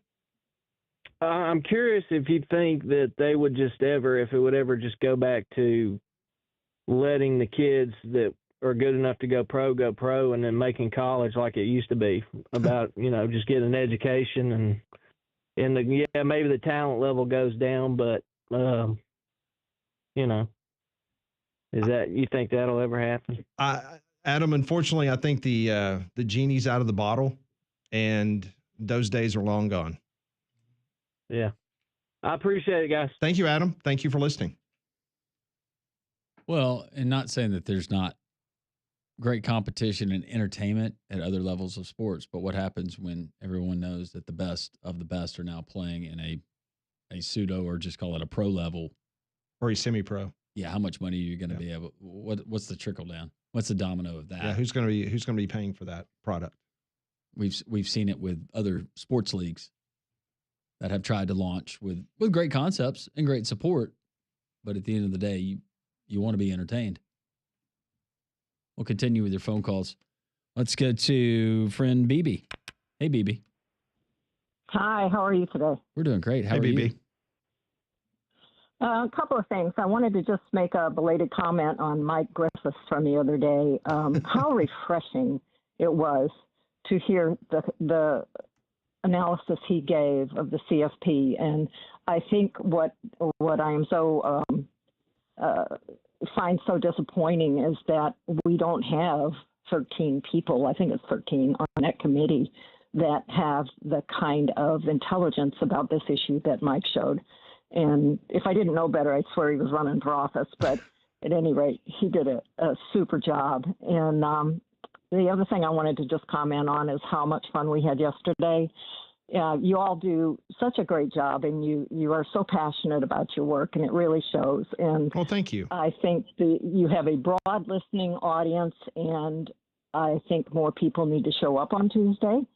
And the mayor and I are going to make it our mission to have standing room only on Tuesdays and get out there and have some fun. You're going to meet some great people. Absolutely. Congratulations on your ratings. And Thank you. We really appreciate everything you do. Thank you, BB. It's very sweet. Thank you, BB. Appreciate you.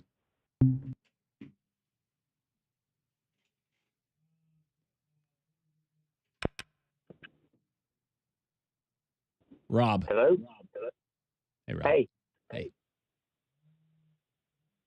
Am I on air? Or You are on the air live radio. All right, perfect. Thank y'all so much.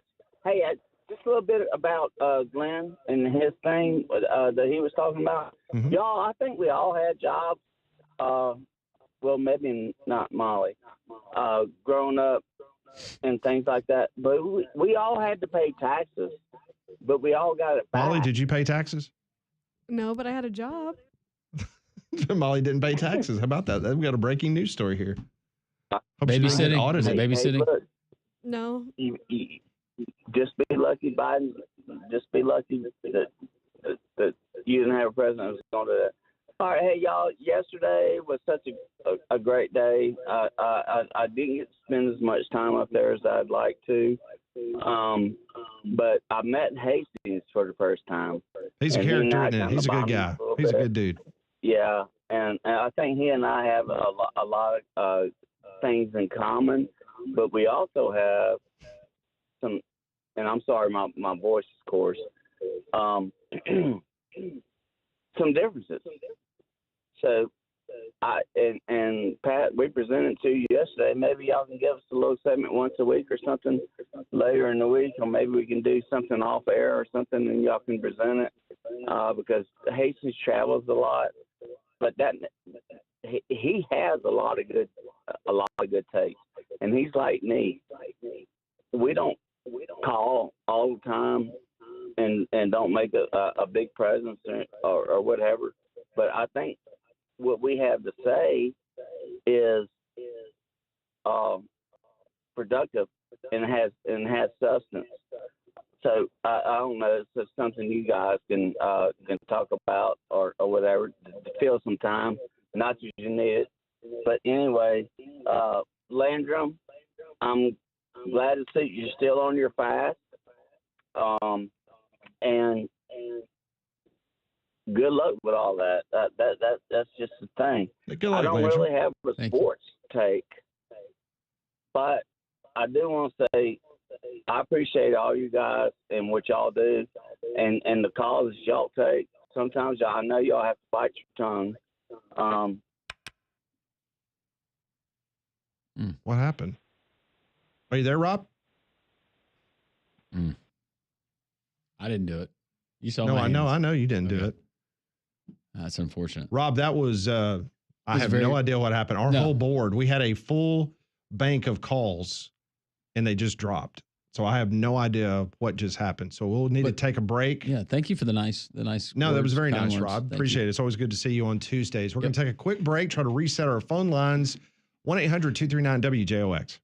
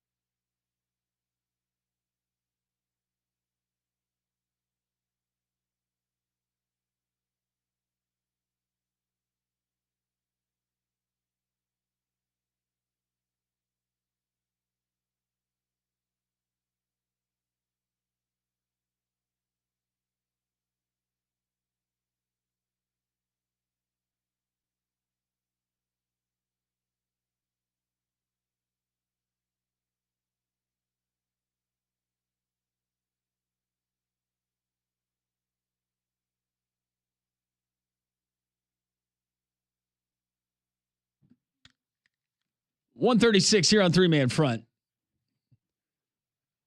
Molly brought up in the last segment that she did have a job.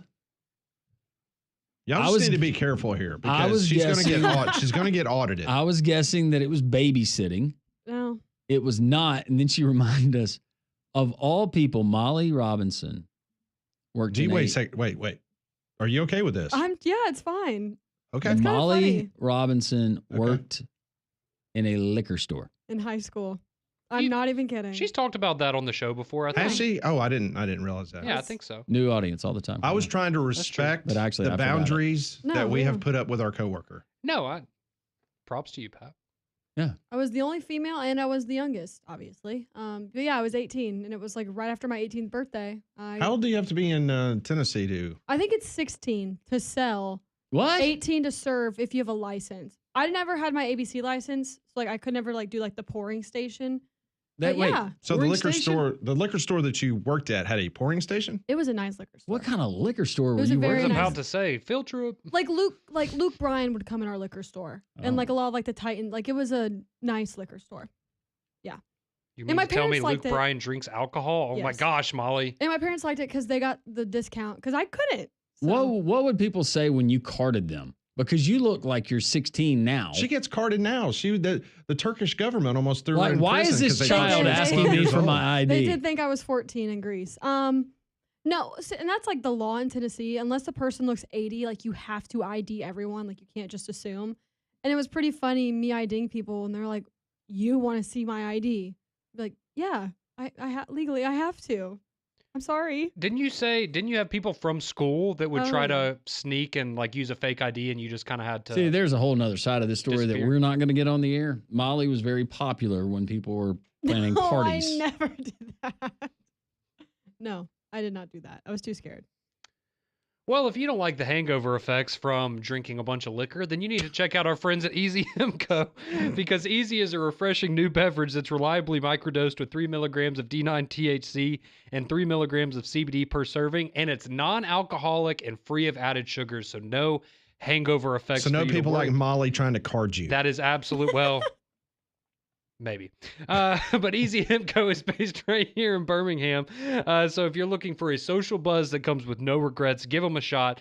They're available at Piggly Wigglies across the state. You can also visit them online at easyhemco.com to have it shipped directly to you or find a nearby location when you can try one of their wonderful, delicious flavors. All right, so I was perusing the Dublin Times this morning, and it's a wonderful interactive site. So I get the hard paper once a week, but every morning I get a newsletter that kind of gives me a link to all the big stories that's going on in Dublin. And so I clicked on a couple of stories, and lo and behold, I come across this. This is the way it sounded in Northern Ireland on the UK-Irish NFL network from the Super Bowl.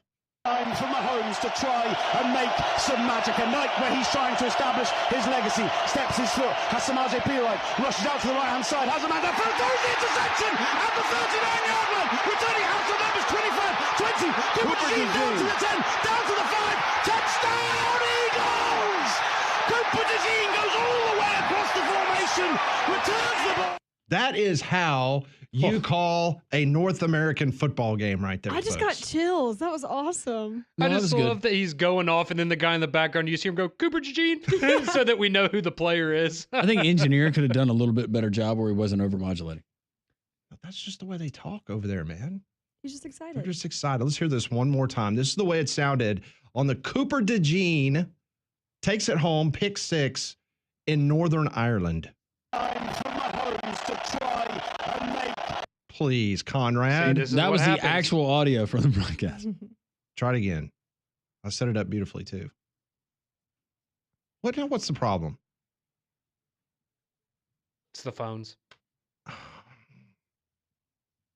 Time for Mahomes to try and make some magic. A night where he's trying to establish his legacy. Steps his foot, has Samaje Perine, rushes out to the right-hand side, has a man that throws the interception at the 39-yard line. Returning out to numbers 25, 20. Cooper DeJean down to the 10, down to the 5. Touchdown, Eagles! Cooper DeJean goes all the way across the formation, returns the ball. That's electric. That is worth my subscription to the Dublin Times right there.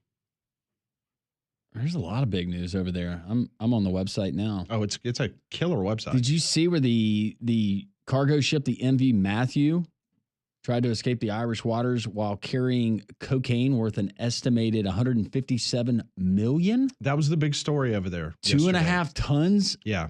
of booger sugar? Mm-hmm. People very upset. Were there any bears on the boat? That could cause a problem. No, this is my favorite. Both men have denied having the cocaine for sale or supply. It was an accident, Landrum. Accidentally have this whole container full of cocaine. I got really bad sinus infections. What was that what was that supposed to be? It was a cross between Nate Oats and maybe a Scotsman. So did you see how proper or hear how proper he tried to be on that call? Yeah. Mm-hmm. They're just all gentlemen over there. The best, though, was the Gaelic. What is she doing? The best was yeah. He makes reference to Taylor Swift. What was it? Sweet mother. Sweet mother of Jesus. Yeah, right? it's Sweet mother of Jesus. Mm-hmm. And every man, or woman. That's it. You don't have that handy? You don't have that on a button bar or something? I don't. I can in about 10 seconds. Well, thank you. The clock is running. You got 6 seconds now. Was it ready? 3, 2, 1. Here we go, folks. Enjoy. It's all eyes on the referee. Yes. We could be seconds away from the greatest victory in Croke Park in 23 years for Galway. All eyes on Sean Herson. Galway 17 points. Dublin 16. Scan has his head in his hands. The referee looks at his watch. He blows the whistle. Galway have won. It's the greatest day that Galway football has seen in over 2 decades. And every man, woman and child stands to applaud Pádraig Joyce and his gallant Galway men. Sweet mother of Jesus, they have pulled off the unthinkable. Forget about Taylor Swift. Shake it off in the Aviva and come over here to Croke Park because you're witnessing the West Awake. Gallev Abu. That is just brilliant. Little did Rory know that would be his lost broadcast, as he was promptly fired. And just think the NFL's the Pittsburgh Steelers are going to play in that stadium. Love it. I hope he's there doing the play-by-play. Oh, speaking of the Steelers, don't know if you saw this. So there's one individual that I follow. Sorry, I would give you credit, but I can't remember the guy's name. I follow him on TikTok. And he is a NFL uniform helmet insider. Oh, So like last year, he broke 4 or 5 of these supposed alternative jerseys that are going to come out. I don't know if he's got some kind of source at Nike or whatever the case may be. So yesterday on his social media, he pointed out that Cleveland Browns are getting an alternate helmet, not the white one that they wear. We getting a dog? So supposedly there might be a dog or the leprechaun. Oh, yeah. That they use at midfield. That possibly could be on the side of a helmet. Give me the dog. I will buy that helmet. Here's the other one. The Pittsburgh Steelers. What are we going to do? That's a great looking helmet. The Pittsburgh Steelers are, I believe, one of the very few, if not the last team that has not done some type of alternative helmet. And the feeling is that they're going to go a yellow helmet. Okay. Everything's the same, but yellow helmet, black stripe. Same logo. It's a yellow helmet. Kind of like, because Green Bay introduced an alternate helmet. Yes. This year. So it's similar to that, but it's Green Bay's was white. Was it white? I think so. That sounds right. So, no, I think. Are you talking about the throwback? Like the whole uniform, like the throwback for the Packers, because that one has the yellow helmets. It was white. Okay. Yeah. Mm-hmm. But yeah, if you keep the same Steelers uniform but just a yellow helmet instead of black. So that was his breaking news yesterday. So the three NFL helmets that I have, I've got the Steelers, I've got the Packers, and you don't have the Patriots. I've got Pat the Patriot. Okay, because red face mask. Played for Homewood, so yeah, Pat the Patriot. That's a classic. The white Green Bay helmets, it's okay. It's not bad. But that was his breaking news yesterday, that Cleveland is going to have an alternate helmet, and it's not the white one that they have.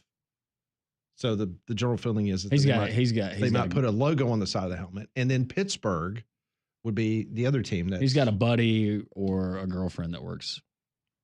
He's getting that information. What if he I'm watching TikTok one night and maybe he comes across and says, "I've got news about Alabama." Oh man, TikTok will break. Maybe that's a good thing. Conrad Van Chaos has just I won't get any more just posted videos from Pat showing women in a helmet trying to catch a pass. Look, one day she's going to catch the pass. Thank you. We're just trying to cheer her on in her With journey. what? To catch a football. She's wearing a helmet. Yeah, she's fine. She's not going to get hurt. Well, more hurt. Oh, wow. Man. Now we can never reveal what that video has. Yeah. All right. More three-man front. This is Jocks 94.5.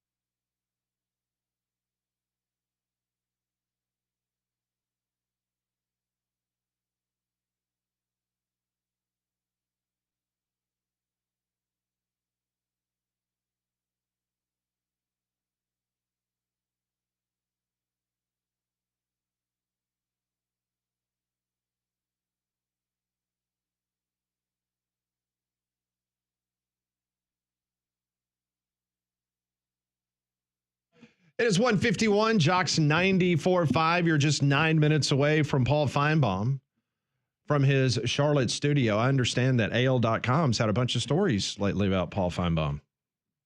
Oh, one had nice pictures attached to it today. I can just tell you that the pictures that you were seeing online do not do it justice. My favorite quote of Paul's from the story was when he and his lovely wife, Linda, Dr. Linda, were perusing houses They saw that particular one, and his quote was, "We were smitten." It's a beautiful house. Yes, it is. Beautiful piece of property, beautiful neighborhood. I had an opportunity to meet a lot of the people that We live could in the all neighborhood. move in, and they'd never see us. That's pretty much very accurate. But yeah, glad to see Paul's getting in the news again. While you were out, we did talk about the fact that you have a moat, but Paul has And he doesn't. That's right. A nuisance alligator refuge. Yes, he does. He's thinking about getting a falcon.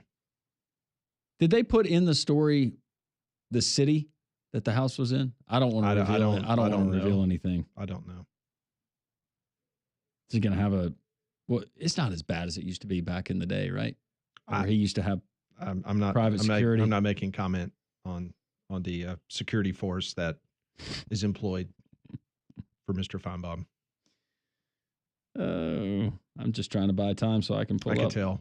this copy right here.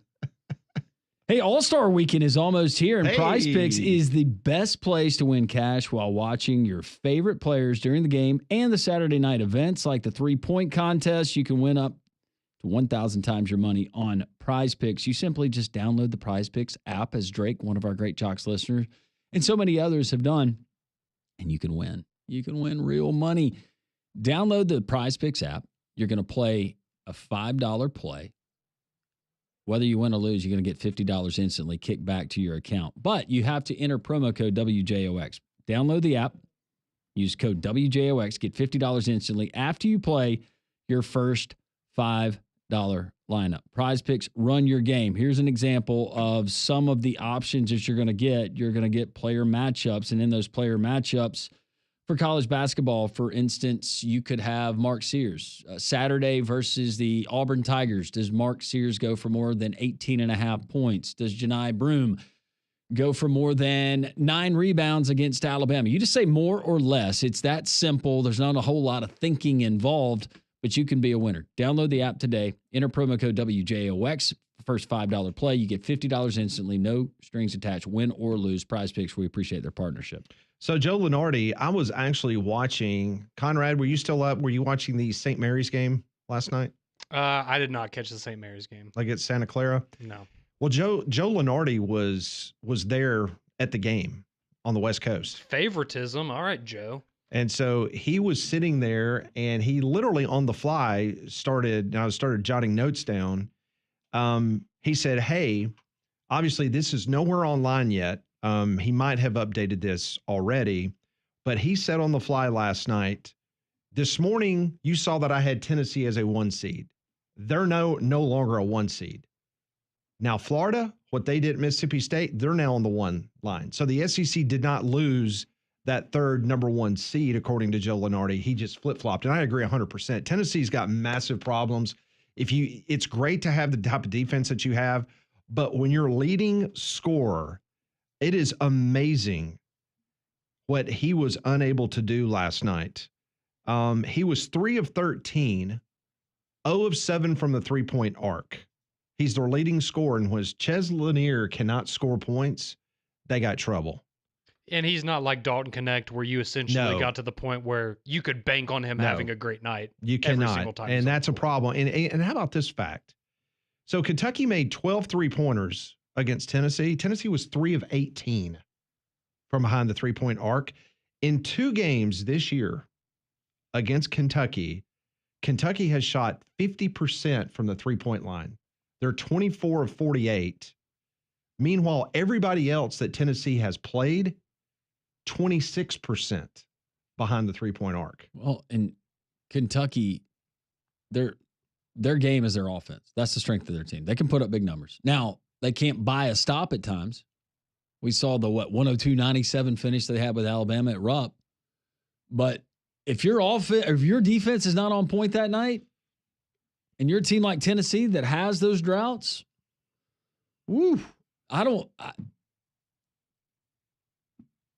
even after this, before last night's game, I didn't have Tennessee. If I'm doing my own bracketology, I don't have Tennessee as a 1 seed. I would have Florida there over them. And then maybe you make the argument for Houston. There's warts on that Tennessee team. So Lenardi has 13 SEC teams in the tournament, and Arkansas is the first team out. Thanks for joining us. You can find all of today's show on the 3-Man Front podcast, JocksFM.com, the Jocks 94.5 app. We appreciate our listeners in Montgomery, in North Alabama, in Huntsville, the surrounding area, and all around the Jocks Nation. We appreciate you. Paul Feinbaum is next.